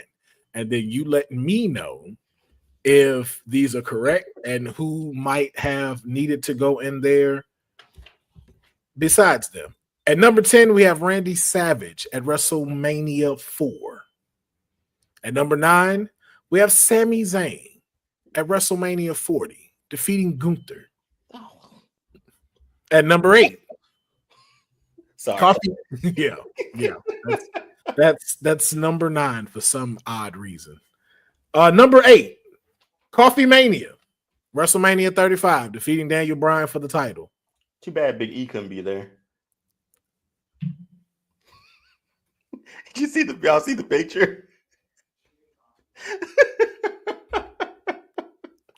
Yo, they are a dastardly thing, man. They are so in the top of their bag as far as big heels on the internet. They erased Biggie. They've been killing it. I was like, yo, they deserve to win them tag titles at WrestleMania. Number 7, Miracle on Bourbon Street, Daniel Bryan winning the Undisputed Championship. At 6, we have the Shawn Michaels WrestleMania Go For Your Dreams Kid, WrestleMania 12. Number 5, Roman Reigns, WrestleMania 38. At number 4, Becky Lynch, WrestleMania 35, becoming 2-belt Bex. At number 3, Stone Cold Steve Austin, WrestleMania 14. And this is why I can't believe Deonne made this statement earlier of saying, yes, this is number 1. Because this is number 2. The heist of the century, Seth Rollins, WrestleMania 31. And I guess we can all figure out what was the number 1 title change in WrestleMania history. And that is Cody finishing the story. Look at that. At WrestleMania 40. That'd be a badass poster. Honey, what do you think? Switch out my Batman one for that one. Put it right there. Nah, you gotta have it long like this one. You can't. You gotta put that in the living room. Oh man, I might just make a full wall. Yeah, I don't know if I want to see that on our stream. So. A full wall printer, just Cody behind me. No, I'm moving all this stuff. Well, actually, you know what? Yeah, you can post it because it'll still show Excel. Right? Yeah, you can still get it. I'm gonna have me a Cody Rhodes like 6-foot cutout right back here too. You just I'm not with this list at all. You don't agree with this list, honey? Not all of it. No, absolutely. I got some too. So yeah. Austin and HBK can stay right where they're at. Okay. But everybody else, I'm not sure about all that. So I will say the biggest one I think should have gotten traded, and I didn't mention it here, but at number 13, it was Rey Mysterio at WrestleMania 22. You could knock Sammy shit out of here and put that. Why the fuck is that even there? Right. I don't even understand. Where is Sami Zayn now? And does he still have the Intercontinental title? No. So what the hell is that for? And the heist? I understand the Boyhood Dream and Austin, but you mean to tell me where's the end of the era? Where's the retirement versus title matches though? Oh, title matches. Title matches, yeah. Man. Title changes. title changes. Over here, like I the know. rundown. I don't know about this being the number one title change. Title changes. Number one? The end of the era? We ain't talking about. I was like, what title? TLC? The number the number one title change. See, you didn't say that. The title changes. I did say that. It's on the board. It's on the rundown. I literally said that. Title changes. And Becky could stay where she's at. I was literally naming these. No, Fernando, that was number 10 for Macho Man WrestleMania 4. Sorry. I was like, I said it. I know I said it. Now I'm starting to think that I didn't say title match between Damian Priest and Drew. Honey, Deonne said you did too. Deonne definitely heard me. You did do that time. He was like, hold on now. No, you definitely said that. This one you said right. She just didn't hear. So Sami Zayn, that shouldn't be on. That should not be a top 10. I No. get the longest title reign, IC title reign, right? Yeah. I still want to put that there. I don't either. Shoot, you could have given me. I could have gone Rock Austin 15. Like that's corporate Rock. That was one hell of a match, man. That's when Rock started flipping after the stunners. Like that was, and he was the first one to kick out of a stunner too. Yeah. Give me that one. Yeah, like Sammy is the only one I would say could have went. Every other one I agree with. I'm okay with the rest of it. Yeah, order wise, I would have changed some things, but yeah, I don't know about the heist being that high though. Man, the heist that's gonna be what? That's replayed every year. Yo, the heist of the century. Yo, that was the first Money in the Bank cashed in at WrestleMania. The best call, Michael Cole, like one of Michael Cole's best calls. Well, then when you put it like that, then I guess. Yo, I would have put it at like 10 though. 10 or where Sammy's is at. No. You've heard that every year for WrestleMania since it happened. Oh, trust me, I know. We ain't gonna hear about that. I hated that night. See, that's what it is. You just biased. That's what that is. Okay, that was a hell of a match. Brock and Roman had. Yeah, that was probably one of their best. The match itself was fantastic. I could have just done without the heist. Ruined everything. Between the heist and your boy right here, ruining everything. Seth's running down that ramp, boy. I'm like, just don't fall. That was it. Yo, I could not believe it. Because again, if you think about it, honey, that's probably top 5. No, probably top 3 Money in the Bank cash-ins. You would put that higher than Daniel Bryan? What, the title change? No, you were saying cash-ins. Oh, cash-ins. Okay. Yeah, cash-ins. I mean, it's Edge in that one. I'm just trying to keep up with what we're talking about. That's all. Cash-ins. Like Money in the Bank cash-ins. Like, because you know how excited we get when folks cash in. Yo, the grandest stage of them all, and he was successful against Brock and Roman. It didn't look good for him at the beginning because he got put in an F5 position. Roman, I was like, yo, he's not winning this. Yo, such a good finish. That was such a fantastic finish. Like in every way possible. 40 years of WrestleMania, man, and Cody's standing at number 1. Oh God. See, I'm trying to be on your side. Well, I'm just trying to think. Like, the draft. Do we have trades to do? I'm just saying, what could bump him? What? There's nothing that can bump that, right? Out of the 25. Listen, I'm finna say this, and this might be a little controversial. I'm still gonna say it. Miracle on Bourbon is way bigger than finishing the story. I agree. I didn't share for Goat Man. Hey, I'm just saying, bro, if you think about that build up, I was firmly behind Evolution. Bro, Daniel Bryan took on the entire system. Like, if we really thinking about it, this is copy and paste for Cody Rhodes. Cody's taking on TKO, man. Bro, do you remember Occupy Raw? Fickle. Yes, that was. Bro, he occupied Raw. This man shut Raw down. And had a yes chant. This man went up against Randy Orton and Batista injured. Bro, and that's when Randy and Batista was in they back. You move him top 5. I'd move him in the top 5. I would still say both because those have so many similarities. that is a big debate of which one was the bigger impact. Okay. Because the little thing that edges you is the Avengers Endgame segment. That's it. Because outside of everything else, Daniel Bryan had 2 fantastic ass matches. You're right. You'll see me like this. I mean, if you look up again, it was very like dictionary, you see Will in the picture. It was very like you said, very copy and paste, right? Because didn't Daniel Bryan have to go up against Triple H that night too? Yes, he did. Yeah. Oh, it was in one night. Not that. All that was in one night. That was Cody had all that within one match. Yeah, bro. He had night one. He had the end of night 1 too. Yeah, but it took 2 nights. He got to rest. Daniel Bryan still lost to the final boss before he could become champ. Exactly. He lost a match. Daniel had to win both. He took a pin that night, okay? Yeah, bro. That's up there. It's debatable. I'm not saying not number one. I get it. But this list has him at number 1, honey. So he's at number 1. Yeah. So I'm gonna say this list. Yeah, per this list. But all right, y'all. Well, what end of the eras would have been your number? Oh, that reminds me. Not a title.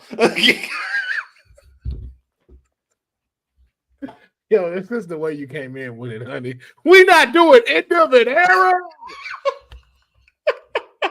With no title on the line, right? I'm allowed at least one slight brain fart every other episode. We're just so passionate about it. How you ain't gonna put the end of the era in top 10? It's wild that nothing else is like. Did Hogan was champion against Andre? Was he? Okay. I'll give y'all the other one because I know. Sorry, yeah, my bad. So 25 was Kane at WrestleMania 24. Number 24 was Braun Strowman and Nicholas winning the tag team titles at WrestleMania. Okay, this list is fraudulent. Who made this? Right, exactly. Bianca at number 11, Bianca Belair at WrestleMania 37. Number 12, Ricky Steamboat at WrestleMania 3. 13, Rey Mysterio, WrestleMania 22. 14, The Ultimate Warrior at WrestleMania 6. Okay. Triple H at WrestleMania 18. Ricky and Macho got to be higher. Way higher. Ray need to be in top 10. Him against Kurt Angle and Randy Orton was oh my God. Oh. That's what I'm saying. Like the fact Sami Zayn's at 9 and that's at 13. Even Triple H Jericho. Triple H came back, won the Rumble that year. That was after his quad. Yeah. Well, they don't want to give Jericho his flowers in WWE for some reason. I mean, they do in a way because they do mention him now. They do mention him. They do now. They do. I mean, hell, Sasha was in a clip for Bianca. Like the 7-day countdown yesterday. Yeah. Ever since they did that deal where it's like they can keep their stuff, that was the biggest, best decision that they've made because they could be able to do that. So, but it's time. It's time. It is time. It's time for the draft. Let's do it. All right. These deals. All right. So, ladies and gentlemen, if you have been watching the Kayfabe Podcast or if you've been listening to the Kayfabe Podcast, well, there's no way you've been listening to it because I haven't put out the audio versions. But they come out. Well, listen, I could have done that, but I now have to do clip because somebody decided to go have a family, and stuff like that. And I can't blame Xander for it because that's just wrong. I'm not Gene Snitsky over here. Okay. But I ain't putting my baby into the crowd. He punted that dog so far. And ain't never lived it down. I'm like, why do you kick it so hard? He punted that shit like Anchorman. Like how he did the Baxter. That bitch went fly. That bitch went fly, though. But, yes, so, it's a lot of work. I do all this by myself as far as editing, uploading, and all of that stuff. That's no shot to Honey or Deonne. That's just more of I need some help. Oh, see, look at that. I was trying to be, this is Deonne's fault. This is Deonne's fault. Okay? You could have held off that skeet a little bit longer. Come on, man. But no. Just get to the draft, man. Come on. I'm just glad I'm not getting the heat today. But if you have been watching, then you know we have been doing the WWE draft, and the draft has been very interesting for all of us. So I just want to give a recap of what the draft has been before we get into the trades. Okay, we have had it's been pretty interesting. It's been pretty interesting. So let me go ahead and pull this up. Share la screen. So I appreciate that, Fernando. Appreciate that. So for round one, nope, that wasn't supposed to be it. Press the button, honey. Which button? You know which one. Yo. Press the comment. Press the comment. Go ahead. So round one, we had at Monday Night Raw for round one and round two. We had Stephanie McCurry, Roman Reigns, Rhea Ripley, Obafemi, AJ Styles. Round two, Moose, Tiffany Stratton, LA Knight, and Braun Breaker. And then for over at NXT, we had Cody Rhodes, Bianca Belair, Jacob Fatu, Joe Hendry, Zelina Vega, Montez Ford, Liv Morgan, Wyatt Six, Drew McIntyre, and Io Sky. For SmackDown, coming in at number one, hot off the presses, Matt Cardona, Roxanne, Dominic Mysterio, Off is the direction you can fuck. I'm telling you, Deonne, when he win that title, SmackDown will never be the same. SmackDown is never going. You got that right.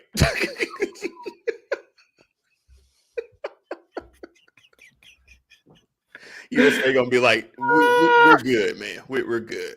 Have y'all tried reaching out to Sci-Fi? We're gonna replay NCIS for 3 hours. I'm just happy to be here and happy. Can we rerun Suits? Let's run that at 8:00. We'll be fine with that one. And then in round two, she had Ariana Grace, Gunther, Finn Balor, Jey Uso, and Alexa Bliss. And then in our round 3 and 4, Raw had John Cena, Seth Rollins, Austin Theory, Becky Lynch, Charlotte Flair. And in round 4, the Meta Girls, Pretty Deadly, Legado del Fantasma, which I completely spelled wrong, American Made, and Motor City Machine Gun. Hey, taking accountability. NXT. Still delivering the fire. Round 3, Bronson Reed, Karrion Kross, Kevin Owens, The Rock, The New Day. And in round 4, Rey Fenix, Logan Paul, Damian Priest, Ilya Dragunov, and the Temu Bloodline. And then SmackDown came through, started smacking us in the face and defending itself in round 3. CM Punk.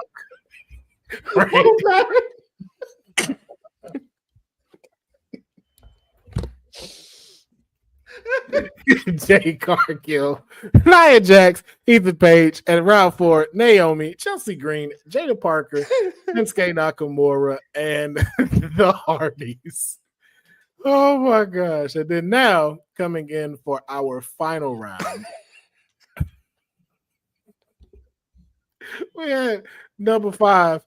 Raw had John Cena, Seth Rollins, Austin Theory. No, that's the wrong. No, that's wrong.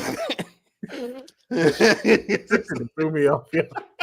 Focus, y'all. Focus. It's business day. Oh man. Okay.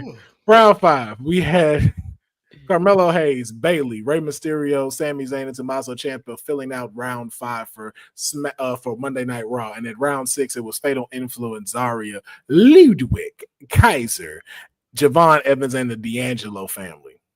Shout out to Courtney, I guess. NXT round 5.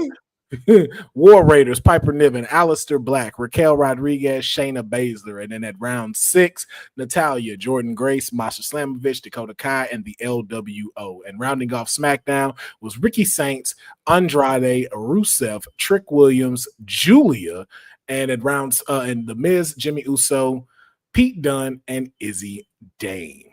So the draft is officially closed as far as being able to draft over with the outside addition of now the trades. So I am going to pull up just for everybody to see the roster for our selected brands. And let me try to make this as big as I can. Because I went through and wrote them down before.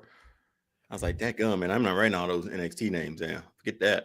Yeah. We'll slide through and I will highlight them so you can see it. Because this is a lot. Can y'all see this? Yeah, I went full screen. Okay. A little bit. I can. Okay.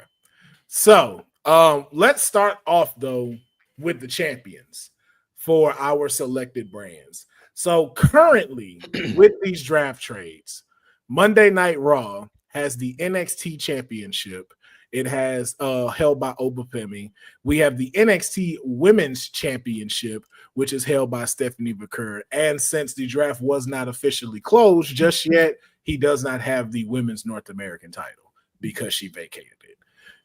He also has the WWE Women's Championship, which is held by Tiffany Stratton, as well as both mid-card titles, the Intercontinental Championship and the U.S. Championship, held by Braun Breaker and LA Knight, as well as the Women's IC title held by Lyra Valkyria, and now the TNA X Divisions Championship held by Moose.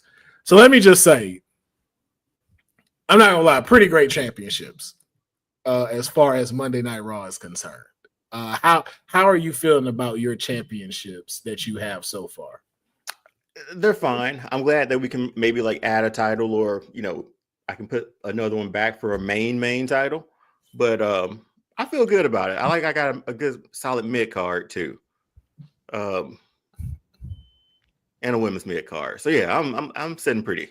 I think so. No tag teams in a tag team division that I have is stacked, but we'll figure that out. Yes, indeed. Now let's move on. Wait, do I get Honey's speed championship? Why would you get that? No. This was closed when it transferred over. We had already drafted, so technically she still has it. And actually, though, I'm also missing something from hers because she has the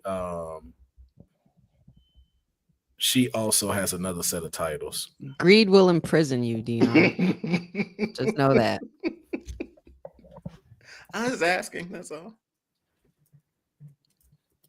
She also has a WWE Tag Team titles, but it's vacated.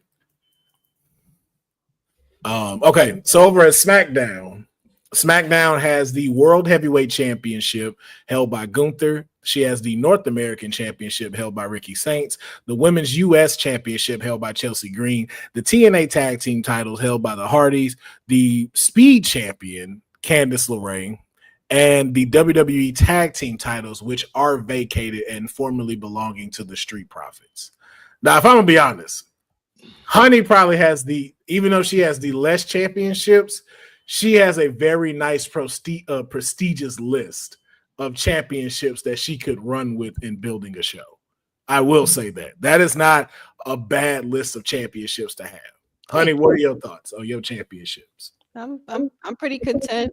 I feel like I could go for I feel like I could get some more out of this, but I'm not sure how much more, but we'll see. But I'm happy with my champions. Okay. And now time for NXT's big ass long roster of championships that it acquired. Every single match on the card gonna be a championship match. Every single match. I'm throwing titles out all day. We're gonna need a commercial for this one. I have the WWE Championship held by Cody Rhodes. I have the TNA World Heavyweight Championship held by Joe Hendry. I have the Women's World Title held by Io Sky. The TNA Knockouts Championship held by Masha Slamovich. The Women's North American Title, which is formerly right now vacated. The NXT Tag Team titles held by Fraxium. The World Tag Team titles held by the War Raiders. The Women's Tag Team titles held by Liv Morgan and Raquel Rodriguez. The WWE Speed Champion held by Dragon Lee, and the NXT Heritage Cup held by Lexis King. Oh man, we still here? Yeah. Okay. I see how AEW feels. Now y'all see how I feel with AEW. Glad we're on the same page with that. And as far as rosters are concerned, as you can see. We're not going to do all that, are we? There's no way. Hell no, I'm not going to name all these people. Please don't. Yeah. Hell no. So this is what we're gonna do though. Let me see if I can fix this real quick. Oh,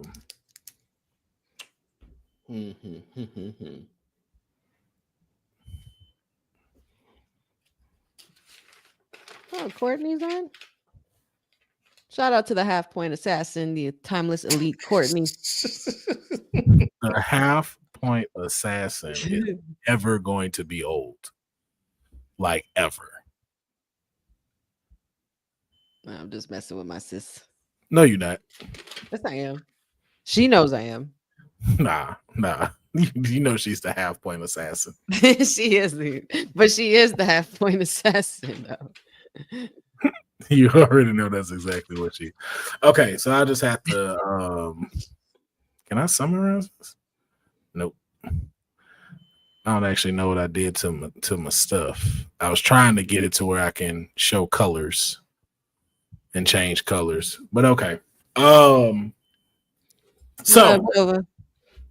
we know everybody has their roster now, so we're going to tell y'all exactly how the draft is going to go. We're going to have 4 rounds of trading, okay? 4 rounds where each GM will get to be able to initiate a trade in these 4 rounds. Now, it can be for one-on-one or it could be for multiple. It just depends on how the GMs are going to come with their strategy. So what we'll do is we will go to another list. I'll make a different column here. Insert a column to the left. There we go. And then we'll put that as to where the official trades will go. All right, that's to the right. My apologies. Still how to work these things. But yes, everybody has their list. I will not go down the full roster, but everybody has their roster and who do they have on their card. So we will 4 rounds of trading. Once the trade is done, the trade is done. Cannot go back on it, cannot piggyback on it. Once you've initiated the start of your trade, you have to either complete it or it can be a no-go.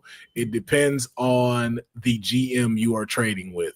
But if for some reason they decided they don't want to trade with you, or for some reason you can't come to a close, that will take up your round of trading. Yep. So, have we understood the rules? I think so. Okay. Yes. Are there any questions before we start? We also talked about like the ability to trade titles too, right? Put titles in the package. No. So what I said was, I'm trying to couple some things here, man. you could add a title. Just trying to make shit up. Yeah, you could add a title if you are lacking in one, but I can't trade one. You would have to trade the superstar.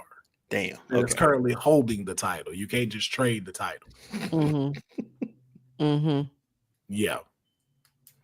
So I'm glad I asked. Yeah, you trade the person. Now you can add a title if you are lacking of one, but to be fair, the only one lacking in one that you could even add would be to Deonne, because you filled every other card that you have. The only thing you actually need is the tag team titles. So you can either reissue new titles. Pull from a different set of titles that have been within WWE's history, or as you said, you can look to how to trade with us to bring one of the tag team titles back. All right. Or I will give you another example. The only way in what you just said, the only way in what you just said could happen is if you ask Honey for her vacated titles. Oh, if they don't have a champion, that makes sense. Okay, but again, she has to say what the stipulations are. So she could go, "Hey, that's cool, but I want this." So that's the only way you could do that if it's a vacated title. Makes sense. Why are you rolling your eyes, honey? I just couldn't wait for today. I'm sorry. I'm excited. She was like, "No, I'm just ready to dog walk everybody." That's all. All right. Something like that. All right. So, round 1 of training has begun. Now, out of the 2 of you, is there someone who would like to go first? Because NXT ain't really tripping in this trade right now. You know, we feel I don't mind doing it. I don't mind pulling the Band-Aid off first. yeah, we're the bad bitch in this right now. You know, we know our stride. We know where we at. Yeah, let Deonne go first. I'm in agreement. Cool. All righty. Deonne, you have the first round of trading. Okay. So I'm gonna I have my wrestlers on my trading block. There's one that I want to get off. Okay. Because I don't think he fits within what I got from my roster. So Roman's on the block.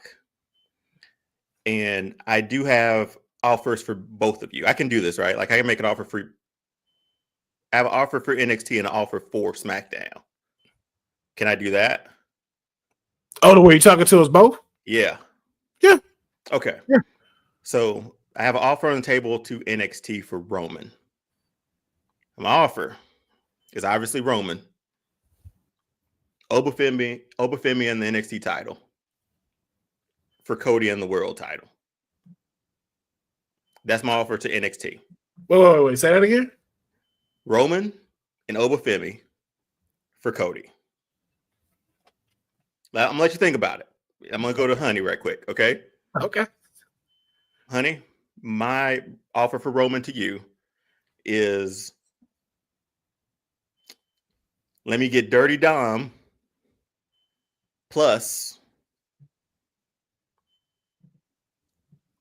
Punk and or Roman. I mean Orton. So yours would be Roman for Dirty Dom and either Punk or Randy. Gotcha. Those are my two offers on the table.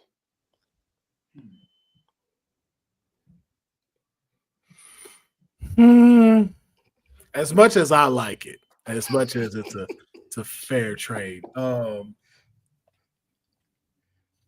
we are kind of content that Obafemi is on Raw because we have, you know, the ruler has done his thing. You know what I'm saying? Okay, cool. We like that he's made his way. Now, who was the other person you said? I gave you Roman. You can do Rock versus Roman. Rock's over there. Ava's over. Hey. We'll come back to me. Honey, thoughts? Rather tempting. Very tempting. And again, this is Roman, and you want Dirty Dom. And I'll let you decide either. Because I actually had all three of them in the first one. I was like, that's a lot. That is a lot. So I was like, Roman for Dirty Dom, and you can choose either Punk or Orton. You don't want just Dirty Dom and Orton? Well, that's what I was saying. Like, you can either give me Punk or either Randy in that package. Okay.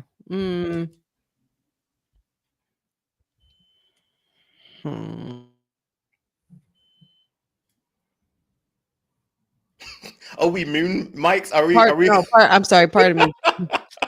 I was clearing my throat. Will, what are you thinking, man? As much as I like it, man. Why you had to come out the gate so tempting? Because I wanted to go ahead and get him off my trading block. I think we're okay over here on NXT for now. I think Easy enough, man. I think we're okay. All right, honey, and your offer is still on the table. Let me see.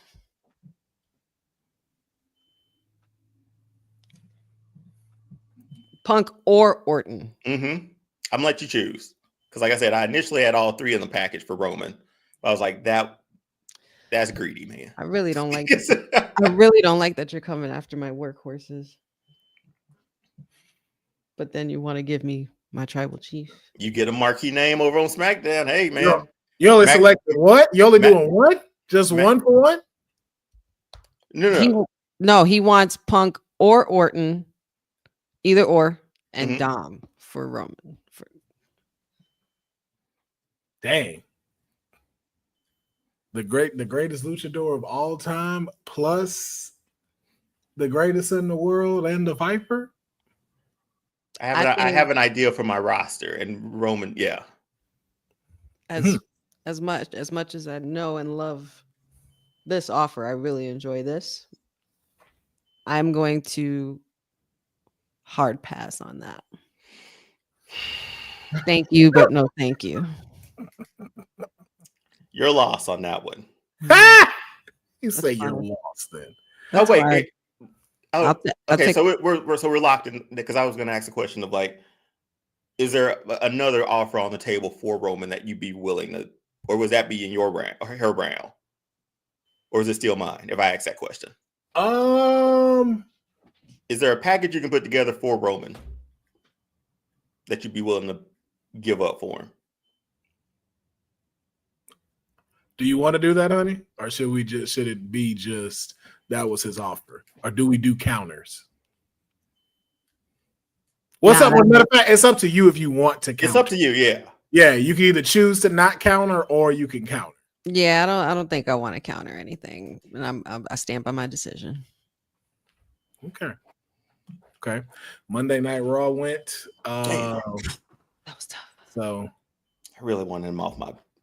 NXT will go next. So here's my offer. Here's my offer. I am offering to SmackDown first in this. I need Roxanne Perez, Alexa Bliss, oh my God, and Jada Parker.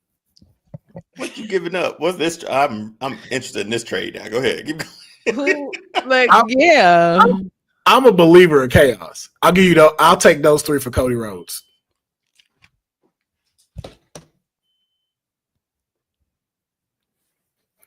I just want to see the two of you go at it. Roxanne, Alexa, and Jada Parker for Cody Rhodes. Yep. What does the rest of your roster look like? Oh, believe me. You could get ass shut up. Oh, sorry. You could get ass. Yes, we got him to curse. Yes, we did it. Yes, we got Jack cursing. Woo! Oh, yes. That deserves a round of applause. All right. Yes, it's always a great day when we get Deonne to curse. That was my shot of adrenaline in my soul. So I will take that deal. Thank you very much. Give me Cody Rhodes, and I will happily give you the three you have asked for. All righty. Jada Parker, Alexa Bliss. Because you still got a really good SmackDown women's roster, honey, with Jade, Nia, Naomi, Chelsea. Yeah, I think so. Asuka. Mm-hmm. Izzy Dame, Julia, Cora Jade, B-Fab, Yeah, you're still pretty solid. I'm rocking. Don't be surprised I come back with Roman for. And again, you can do that. I got 3 rounds left. Literally, now the possibilities are endless. So now here is my counter to that. Not my counter, but to Raw. Oh, what you got? What will you give me for Obafemi? Let me take a look at your. What do you want for Obafemi? And a 1-on-1. A 1-to-1? Yeah, 1-to-1. Oh, 1-to-1. Okay. What's one person you want for Obafemi? I'm flipping multiple pages here, my bad. No kidding. We hear like nothing but just like sheets just flipping through on my end too, because I got a whole composition. Let me go through my books. I look through the QuickBooks. You know what? At an entry. I don't want to make sure I'm not missing anybody, because I did put your wants, who I wanted from NXT. If you're willing to give them up. Wait, who'd you say? You give me Bianca straight up? Oh, for Roman. Ooh. Oh no, for Oba. It's for Oba. Oba. Oba for Bianca. Oh hell no. Because I feel like I need another title other than. Because you got rid Oh, of never mind. I don't want it. I just thought about it. I forgot my own rule. Never mind. I don't want it. what? I don't want it. What was the own rule? I forgot. I can just get a belt. Never mind. I don't want to do that. Yeah, trade.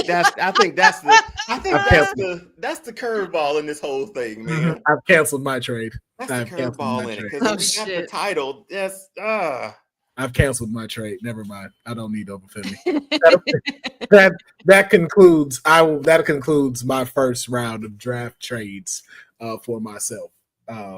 Yes, we've acquired my babies are back. Babies. And I got Alexa Bliss. Yo, the shit I'm finna do with this Wyatt Six story is about to be insane. You're welcome. Insane. And thank you. Yes, the acquisition was fair. We will digitally shake on it. oh, wrong side, yeah. Wrong side. Oh, wait, this way. way. Well, on my side, I see it this way, and That's how I be feeling about it. that was annoying. All right. Well, honey, it is your turn for the first round of trades. Please let us know what trades you would like to make. My first round for trades. I only have one. For this round, for right now. There's only one. And I'm going to Raw with it. So, Deonne, What you got? let's talk. What do you want to talk about? Yeah, it's your turn.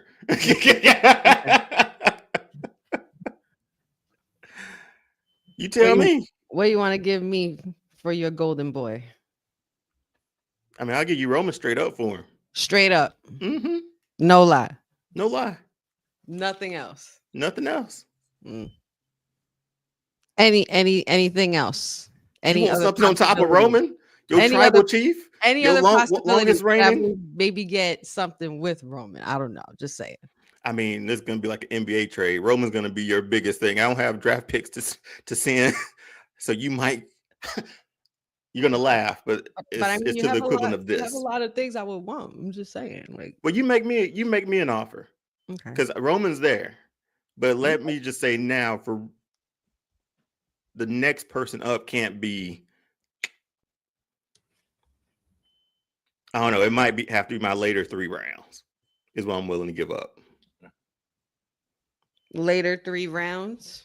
We talking about from his draft pick. Yeah, like maybe 4, 5, and 6 rounds. Okay, let's see. Possibly. I'll throw Tommaso Ciampa in there with it.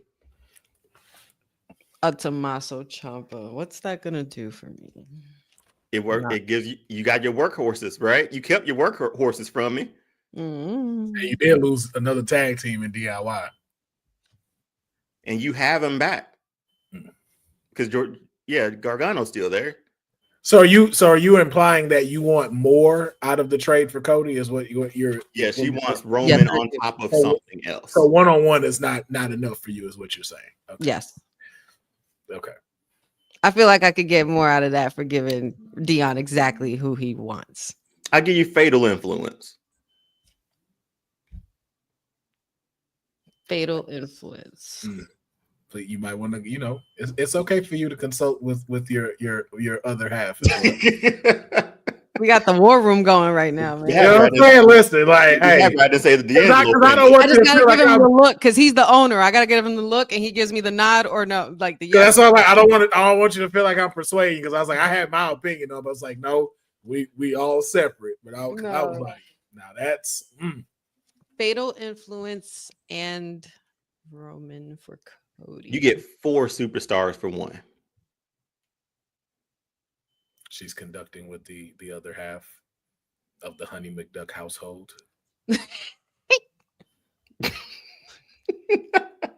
Patchy McDuck. Oh my God, that actually works very well. Yes, it does. Thank you. Yeah. Wait, you said round 3 or 4, right? The later rounds? Yeah, but like Lewis is in there. But just remember too, you have a full list of his roster who's on there. So you can also check this list to see. Yeah, I know. Yeah, that's what I'm looking at. Okay. Yeah, take a look at everybody who didn't get picked too. Like who else didn't? Instead of Fatal Influence. Tozawa. No, I'm Hell, just kidding. like, bro, would it be possible? Meta girls. Mm-mm. No. Yeah, I had to try. you sounded like a black mama when you said that. I did. Closed mouths Nah, don't get baby. fed. I had to try. Good No, axe though, but yeah. that's not gonna work for me, baby. Before superstars for the price of one. 4 superstars for the price of one.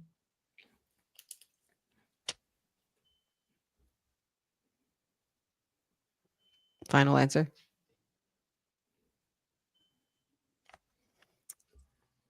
Well, okay. Offers off the table then. Wow. All right. There you go. Okay. Will that conclude your trades for round one? Wait, what? I misunderstood. Oh, I'm sorry. I misunderstood. 1 second. Hold See, on. that's how GMs get fired. Like Nico Harris gonna get fired from the That's from the true. No, Mavericks. that's true. That's true. No, that's true. I misunderstood what he said, but he actually told me to take that deal. Take the deal and give you Cody and give you Roman Perfect. and Fatal. Works for me. I was trying to unload Roman because he just didn't work with my roster. Okay, so are we saying that the official trades for this is Cody Rhodes goes to Raw for the exchange of the Tribal Chief and Fatal Influence, correct? Yes. Okay. So give me a second of Roman Reigns. The 3 girls in NXT. That's pretty good. I got some women to work with. You got 4 people. And one. Roman. And Roman. That's a good one. Tribal Chief is back where he belongs.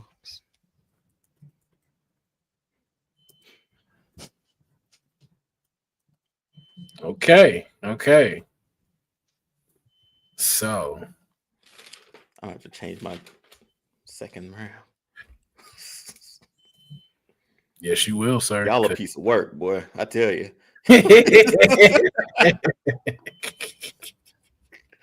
That was I'm just glad that worked out.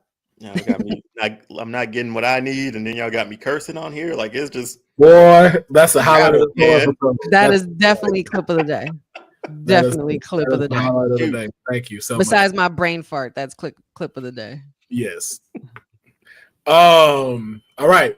Shake on it, please. Digital handshake that this is confirmed. Which direction are you on, Deonne? I'm going. I see you here.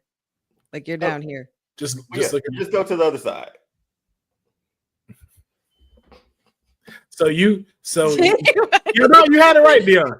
So, honey, you swerving while he's driving. I'm coming up. so, honey, you keep using your hand that's behind your world title. This one. No, your world title. Oh, this one. Excuse me. Sorry. And this is this one, right? Yeah.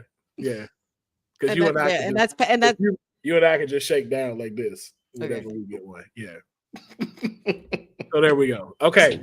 So that concludes round one of trading. So far, we have Jada Parker, Alexa Bliss, and Roxanne Perez going over to NXT. Cody Rhodes had moved over to SmackDown, but in a trade, Cody Rhodes is now going over to Raw, and Roman Reigns and Fatal Influence is heading over to SmackDown. So that concludes round one of trading. We're now moving into round two of trades. And before we begin round two, I want to stop for a second. And we're going to now do title decisions. If there is a vacated slot for you to have, you are allowed to now pick the title in which you are going to add. So in this particular one, Monday Night Raw, you have a space opened for your tag teams. Well, you know what? No, I will allow you to select one title that you want. One title that you want. I won't make you pick. You're allowed to place one title that you would like to have. Yeah, I think I need men's tag team titles. Okay. So you want to go men's tag team titles? Yeah, that's all I'm missing, right? Is there a particular set of titles that you want? You now again, the WWE Tag Team titles and the World Tag Team titles are not available. Nor are the TNA Tag Team Champions or the NXT Tag Team Champions. Damn, man. Now I could give you a suggestion if you'd like. What you got? The ECW titles are still available. The NXT UK titles are available. And the WCW Tag Team I was titles. thinking WCW. But let me get the UK titles. Okay. I knew that. Oh, I thought you were gonna pick WCW. No, let me get the UK titles. That could be fun. Gotcha. For myself, I'm picking Pretty Deadly. Sorry. You want them on Pretty Deadly? Well, why not? Put it on. Okay.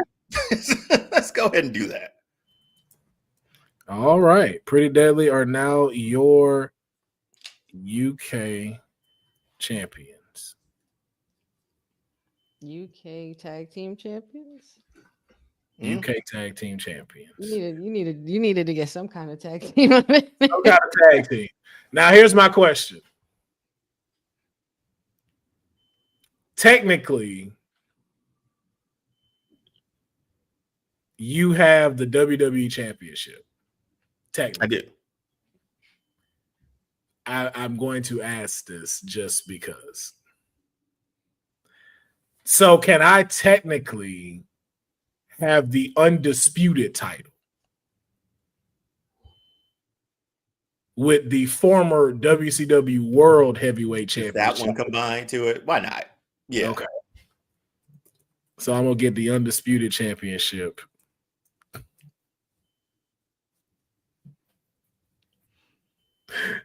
Honey, I don't want to. I don't like this. I don't like where this might go. Oh, we gotta move then. No, I think you would like this. I'm putting Aleister Black as the undisputed champion.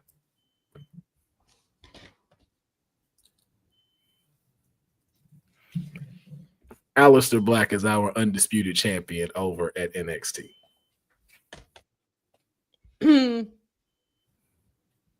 You don't like that? I do like that. Oh, I made him a champ. Yeah. I do like that. All right, now, honey, what is your selection? Because I know we got to get through these. So, selection of titles. You can add one title to your show, or you can choose not to. It's up to you. Can't choose out of y'all's. No, cannot choose on ours. And you said which ones are left available? That's up to you. You got singles titles, you got tag, you got world. You know what? Hold on, let me discuss. So, Will, how's your weekend been, man? I mean, so we are. She's back. All right, we're back. We are bringing in and have agreed to bring the hardcore title to Friday Night SmackDown. Okay. Interesting. And is it vacated or does it have someone as champion? No, we're gonna have a gauntlet for that. Okay. So this one is to be determined. Now, one more thing before we get started with round two. You have a vacated WWE Tag Team title championships. Do you want to fill that slot with a tag team, or do you want to leave that one vacated as well? Because remember, we do have to create our first month of booking and leading to a PLE. I actually do want to crown tag team champions. I do want to appoint those. Let me appoint.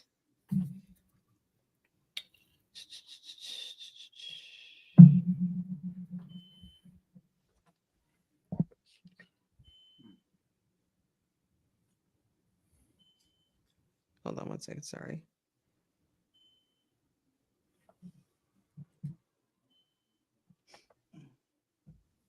You know what? I'm also going. Is it possible to put them on people who are already champions? This is your show. It's up to Double you. champions. Yeah, give it to the Hardys. Okay. Yeah, this is completely up to you. The Hardys got TNA and SmackDown WWE tag titles. All right. Okay. I'm going to choose you to keep my women's North American title vacated, and I will post how that will be decided at a later date. Now, round 2 into the trades. Raw went first, so honey, SmackDown is up first. Please give us your trading negotiation for round 2. And if you choose to not do it, you as can also say, I choose to not participate in round 2. Okay.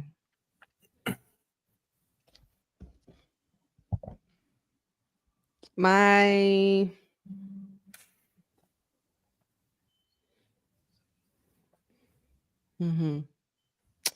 My offer in this round is going to be for NXT first. Smart.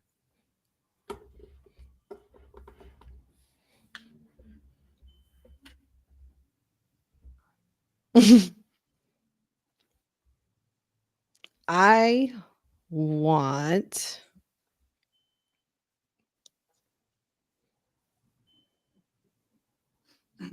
do I say it? Okay, so SmackDown wants Aleister Black.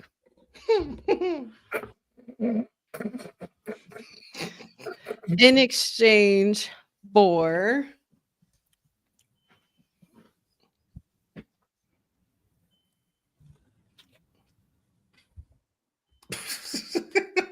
Come on, man. what do you think of Aleister Black? And I'll give you Jey Uso. Absolutely not. Absolutely not. My champion for main event. My champion. Made him a champion. He got Gunther. I felt like that wasn't bad. It's not if it wasn't had I not made him undisputed champion. Yeah. If it was just sitting here, I would have considered it. But he's my champ now. Well, true. Now he's your champ. That means you would have got his belt too. Like, no, okay. This got to be on some belt to belt. But all right. Yeah. I can't give up Aleister Black for that. Fernando, nice try, hoodie.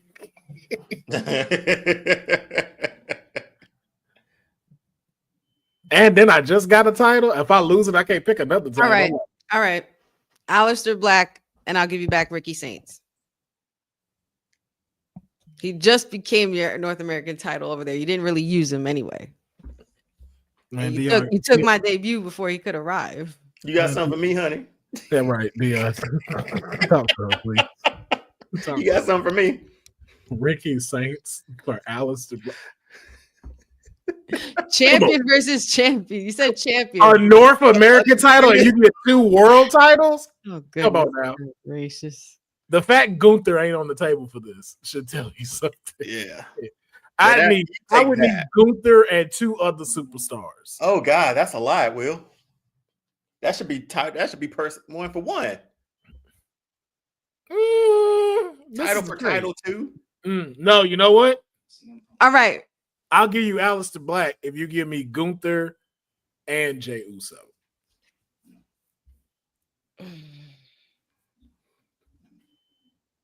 Nah. I understand. Nah. I wouldn't make it either.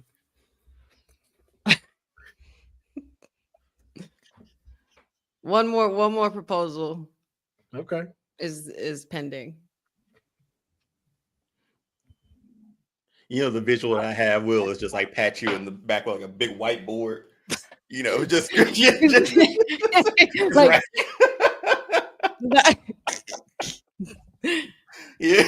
what we should do next time.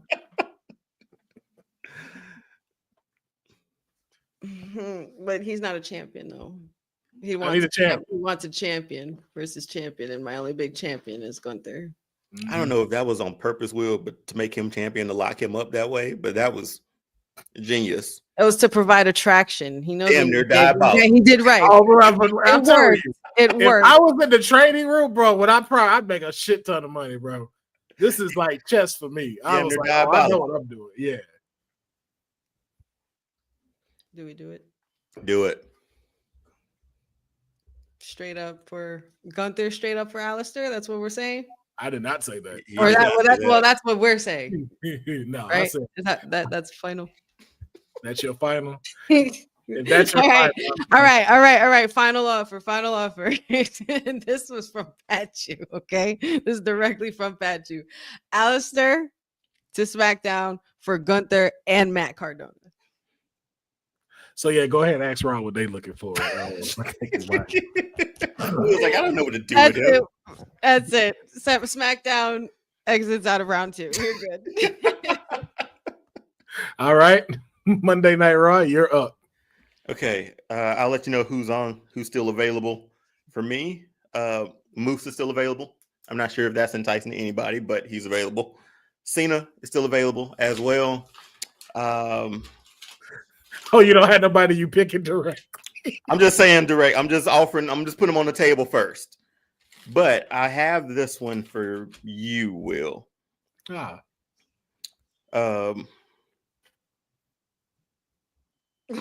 Straight up. Okay. Would you consider Moose for Bronson Reed? He thinking about it too. You get another title to go along with your collection of titles. I would consider that, sir. I would definitely consider that. Big Bronson. Ooh. And as a straight up trade? Yeah, just 1 for 1. I'd be down for that. I'll be down for that. All right, honey, I got one for you too. All right. Okay. I'll let you decide. I still want Dirty Dom and Orton. What package put together what do I have within reason? I see what you're doing, Deonne. Ooh. Within reason. What does that look like? So for Dominic and Randy, yeah. What can he offer you? I'll give you Cena and Charlotte. Wow. Ooh. Now you're dangling carrots. And the Moose one is still on. Well, while she figures that out, I could say we could close that out. I would accept that trade. You good for that one? I'm good for that one. I'm good for that one too. Let's digitally get our shake on then. No, that don't look right. That looks very bad. That looks very. You know what? We'll just do this. Hit the camera. Just hit the camera.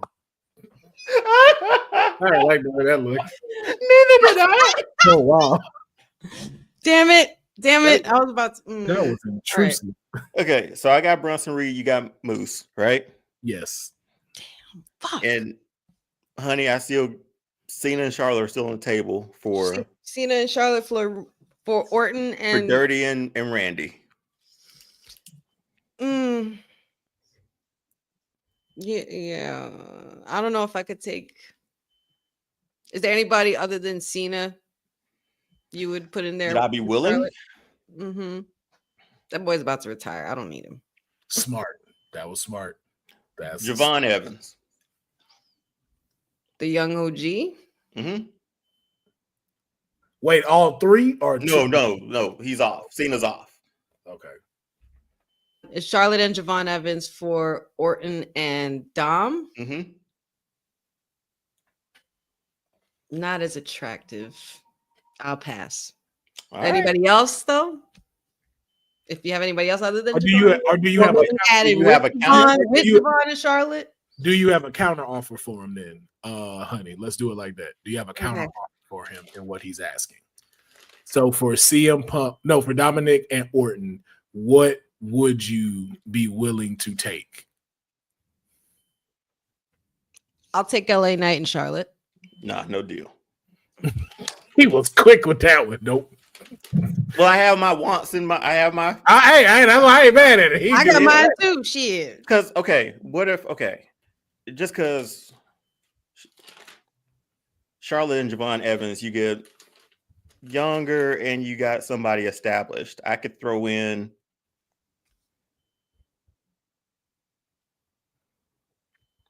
Damn. Sami Zayn.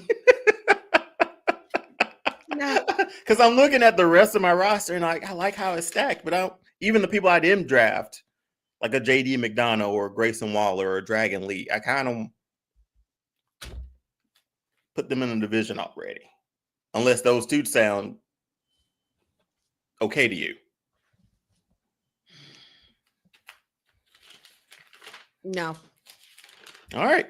Pass. All right, then. Cool with me. Hey, I got one deal. I can put a check by Bronson. I got it.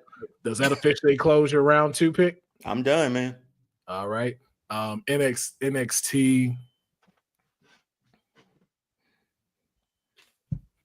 Give me a second. Hey, Will, trade me Alistair, and I can then go get Dirty, Punk, and Orton. Do a three-team trade here.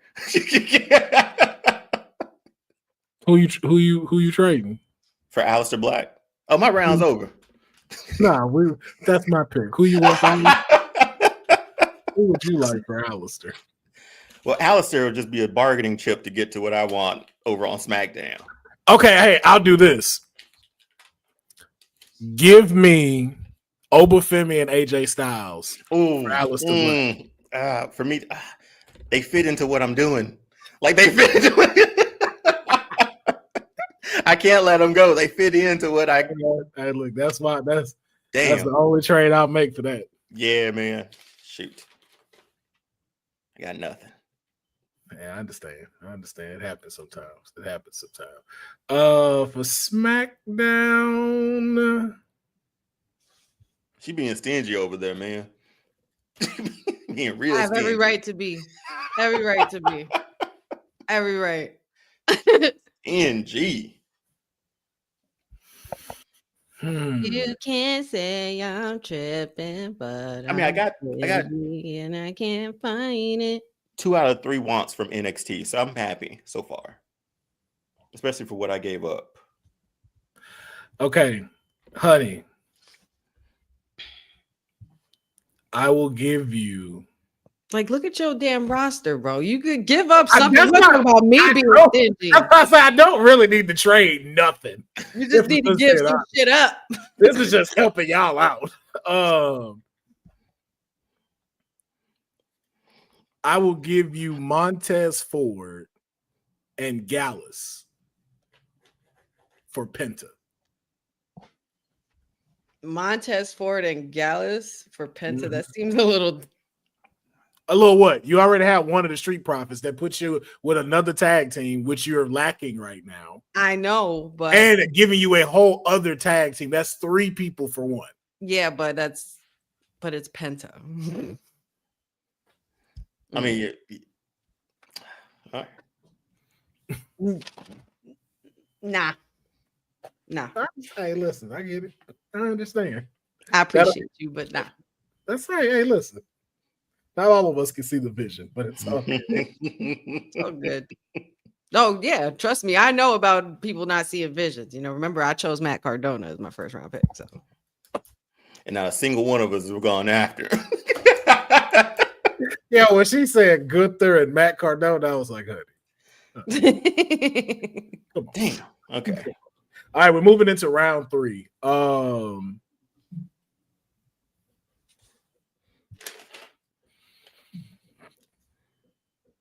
Honey.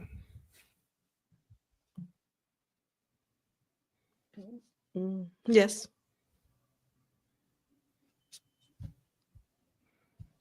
I offer you this trade.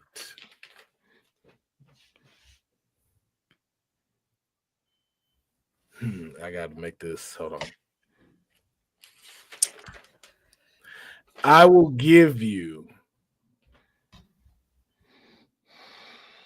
Scarlett, Dakota Kai, and Zelina Vega for Chelsea Green. Scarlett, Dakota Kai, and Zelina Vega for Chelsea Green. Also, you can keep the U.S. title. So I won't be giving up a champion.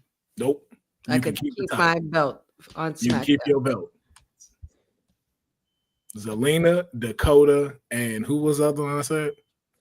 Scarlett. Scarlett for Chelsea Green. So you're splitting up Karrion Kross and putting Scarlett as a. Because I know you'll work her as an actual wrestler, and I feel she needs to be split up for him in order to shine. I know she'd be in good hands at SmackDown. You might be right about that. That's not bad at all. I got 2 minutes. You so decide quickly. I know what my answer is. What is the owner's answer?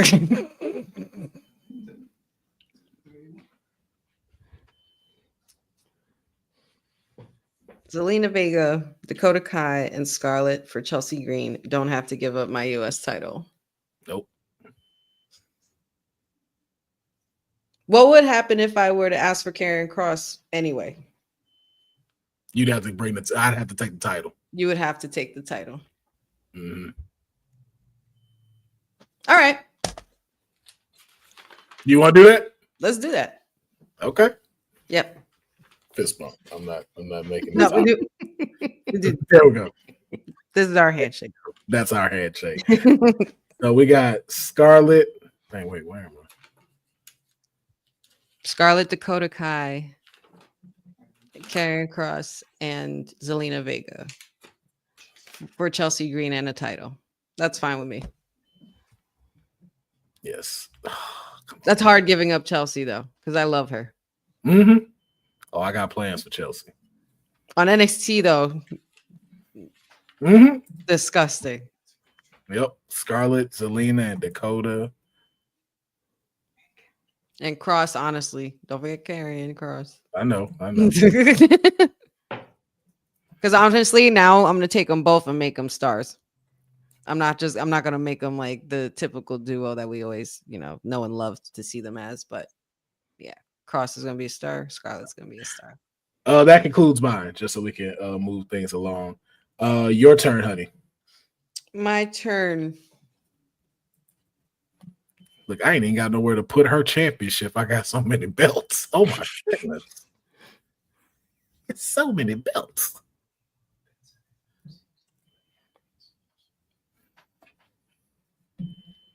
I don't have any actual trades at the moment that I want to offer. Okay. You got but I could leave the floor open to anything you guys want to give. I got what I wanted. Okay. Deonne? I'll make you offer. Sure. What you got? Same two from before. Cena, Charlotte. I'll throw Javon in there. Okay. Cena, Charlotte, Javon for. I really need Dirty Dom and Randy.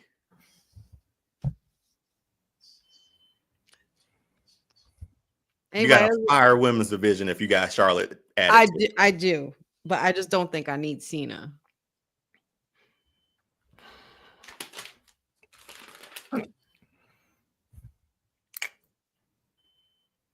Need a worker?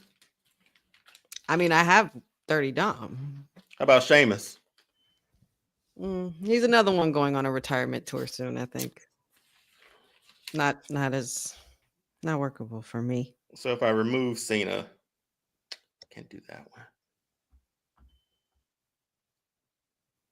one. I can't do that one either. You don't want to give me Seth? No.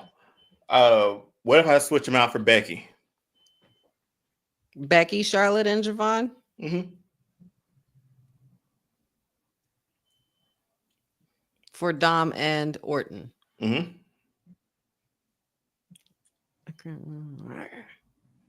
All right. We on the time. We on the time limit. What we doing? And Sol Ruka. That's being too greedy. That's being too greedy. I had to try. I admire the try, but that's a bit much. I really, especially how high I took her to. I took her second round. You want to take Javon Evans off and put Sol Ruka in there? Okay. Took her too high. All right. Yeah, I really don't want to give up the greatest luchador. What will you just give me for Orton then? Like, what does that look like? Well, actually, I should pose that question to you, like, because what would you be willing to offer me straight up for Orton? Like a 1-to-1? Yeah.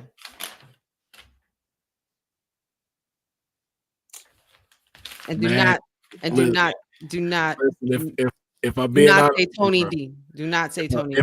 If I'm being honest with you, bro, I would definitely say someone on the women's side. You might want to give up Tiffany Stratton. If that's what you're willing to give up, you have Orton all you want.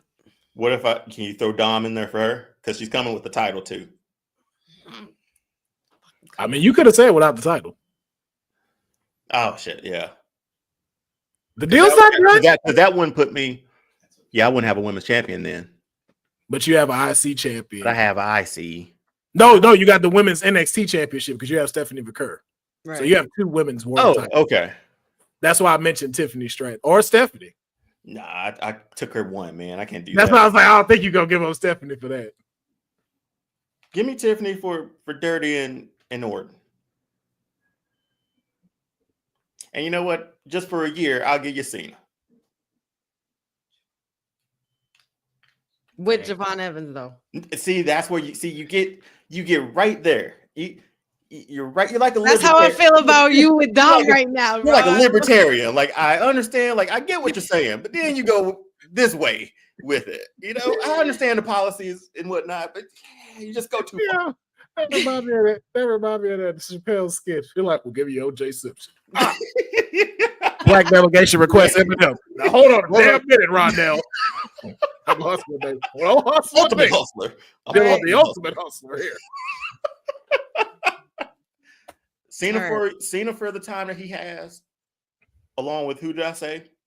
Tiffany Stratton. Tiffany Stratton for Dirty and Dom.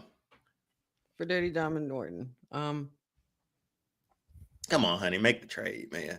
Like I've been pushing for this trade for 3 rounds. You have. My majority of my rounds. And I have 10 minutes to catch a train, so I need to do this now. Yeah, this is your decision. That women's division on SmackDown deep. Like Randy Orton and Dom for Tiffy Stratton and her title. And Cena. That's what you're saying. That's what you offered Cena and will the deal end if I take the title away? Do you need the title? The deal will go away if you do. You need the title, don't you? I got the NXT Women's Championship. All right, I'm cool with it. Fist bump. Digital shake. It is official. No. Dom, man, I was trying to hold on so close to him. All right, shit. But Tiffany was a good idea, Will. That was a good one. It works. I'm glad I got a women's champion. Yes, you do. All right, so we're going to jump straight into round 4. Honey, I know you got to go, so start yours. For round 4, I don't have no trades. I don't need anything. So it's just between you two. All right, well, I'm just going to say it straight out. Alistair. I want Alistair. You know the deal.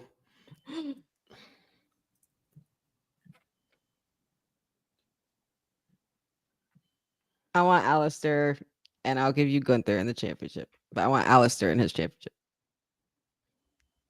And I at least need 2 more people for that. All right. And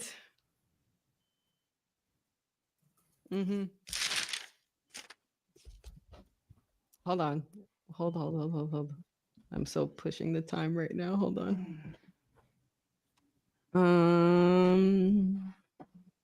All right.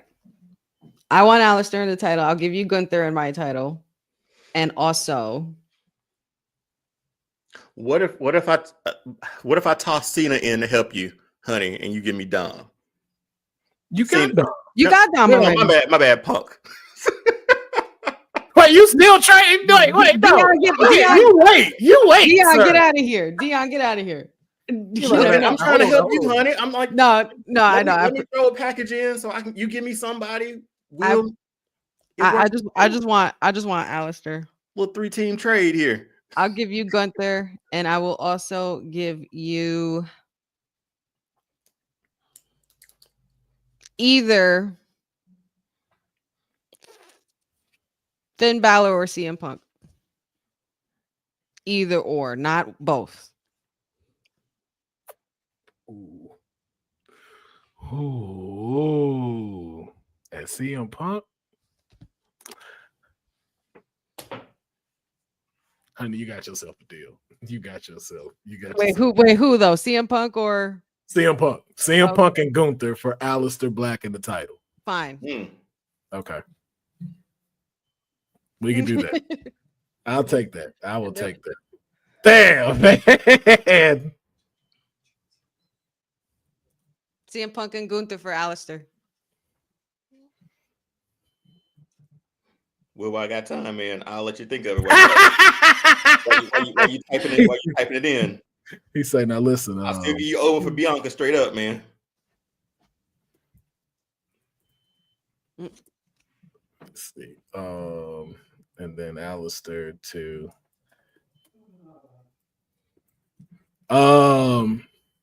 what's this for now? Raw? Yeah, I'll come back to it. Oba and Bianca straight up. For who? We talked about earlier. Oba for Bianca straight. I'm revisiting it. Oh no, I'm cool on that. Damn. I will give it to you very easily.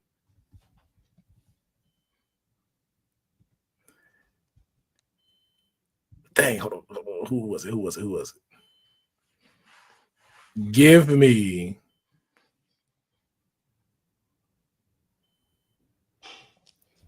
AJ Styles for CM Punk. You want AJ Styles too badly, man. I took him too high. For CM Punk? Because I know what you working. And CM Punk would fit perfectly into what you putting together outside of AJ. True, but give me AJ for this TNA run I'm trying to build, man.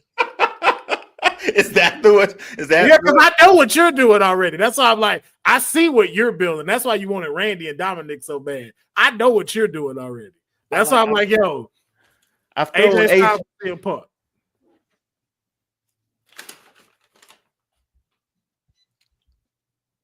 Shit, man. He still works with what I got, man. I was gonna try to get Punk another way, but that trade's done. So what will you give me for Punk? The only availables I got left that's still on the block, I'm willing to part ways with Charlotte, Steel Javon, and possibly Becky. They done ran through NXT though already. I don't need that. I gave you Moose. I mean, yeah, those are the last ones I got on my blocks. And you're not willing to part ways with nobody else.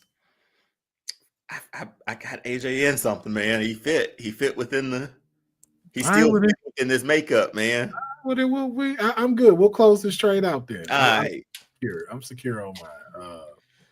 So that concludes round 4 of the trades. Just a quick recap because we know Honey got to get on back to the work. In round 1, Jada Parker, Alexa Bliss, Roxanne Perez has moved over to NXT. Cody Rhodes is now on Monday Night Raw. Roman Reigns and Fatal Influence are now headed to SmackDown. In round 2 of trades, we had Bronson Reed going over to Raw, Moose heading over to NXT. Round 3, we have Scarlett, Zelina Vega, Dakota Kai, Karrion Kross over to SmackDown. Chelsea Green is coming over to NXT. Tiffany Stratton and John Cena going to SmackDown. Randy Orton and Dominic Mysterio to Raw. And then in round 4, Gunther and Punk to NXT, and Aleister Black is going to SmackDown. And that concludes the Kayfabe 2025 drafts. Now, what is coming next, not on this episode, of course, we are going to create our own setup from our respective brands leading up to a PLE. So that's 4 weeks of programming and a PLE of each brand's choosing. So Let us know in the comments what you thought of today's episode as far as the trades go, how you're feeling about WrestleMania, and of course, this list of WrestleMania greatest title changes. We appreciate every single one of you checking out today's episode. Those that were in the chat as well. Sage D, The Real Michael Scott, Fernando, Thriz for Prez, Sage D, Joseph Boza of Coast, Boza. If I skipped you, excuse me, Mackenzie Johnson. It's not because I didn't see you or forgot about you. It's just because, again, Honey got to go make that McDuck money, and we do not want to keep her held back any longer. So we appreciate y'all checking out today's episode. Please continue to enjoy your Sunday, and we shall see you next Sunday at Before Mania. Before Mania. I was trying to think of the time, and then I was like, that fucked me up. We'll join y'all for Mania. The pre-show, we will be having a Kayfabe pre-show for Mania, where we'll be giving our predictions, and we'll be creating our own WrestleMania card as well. So we will catch y'all next week. Y'all take care.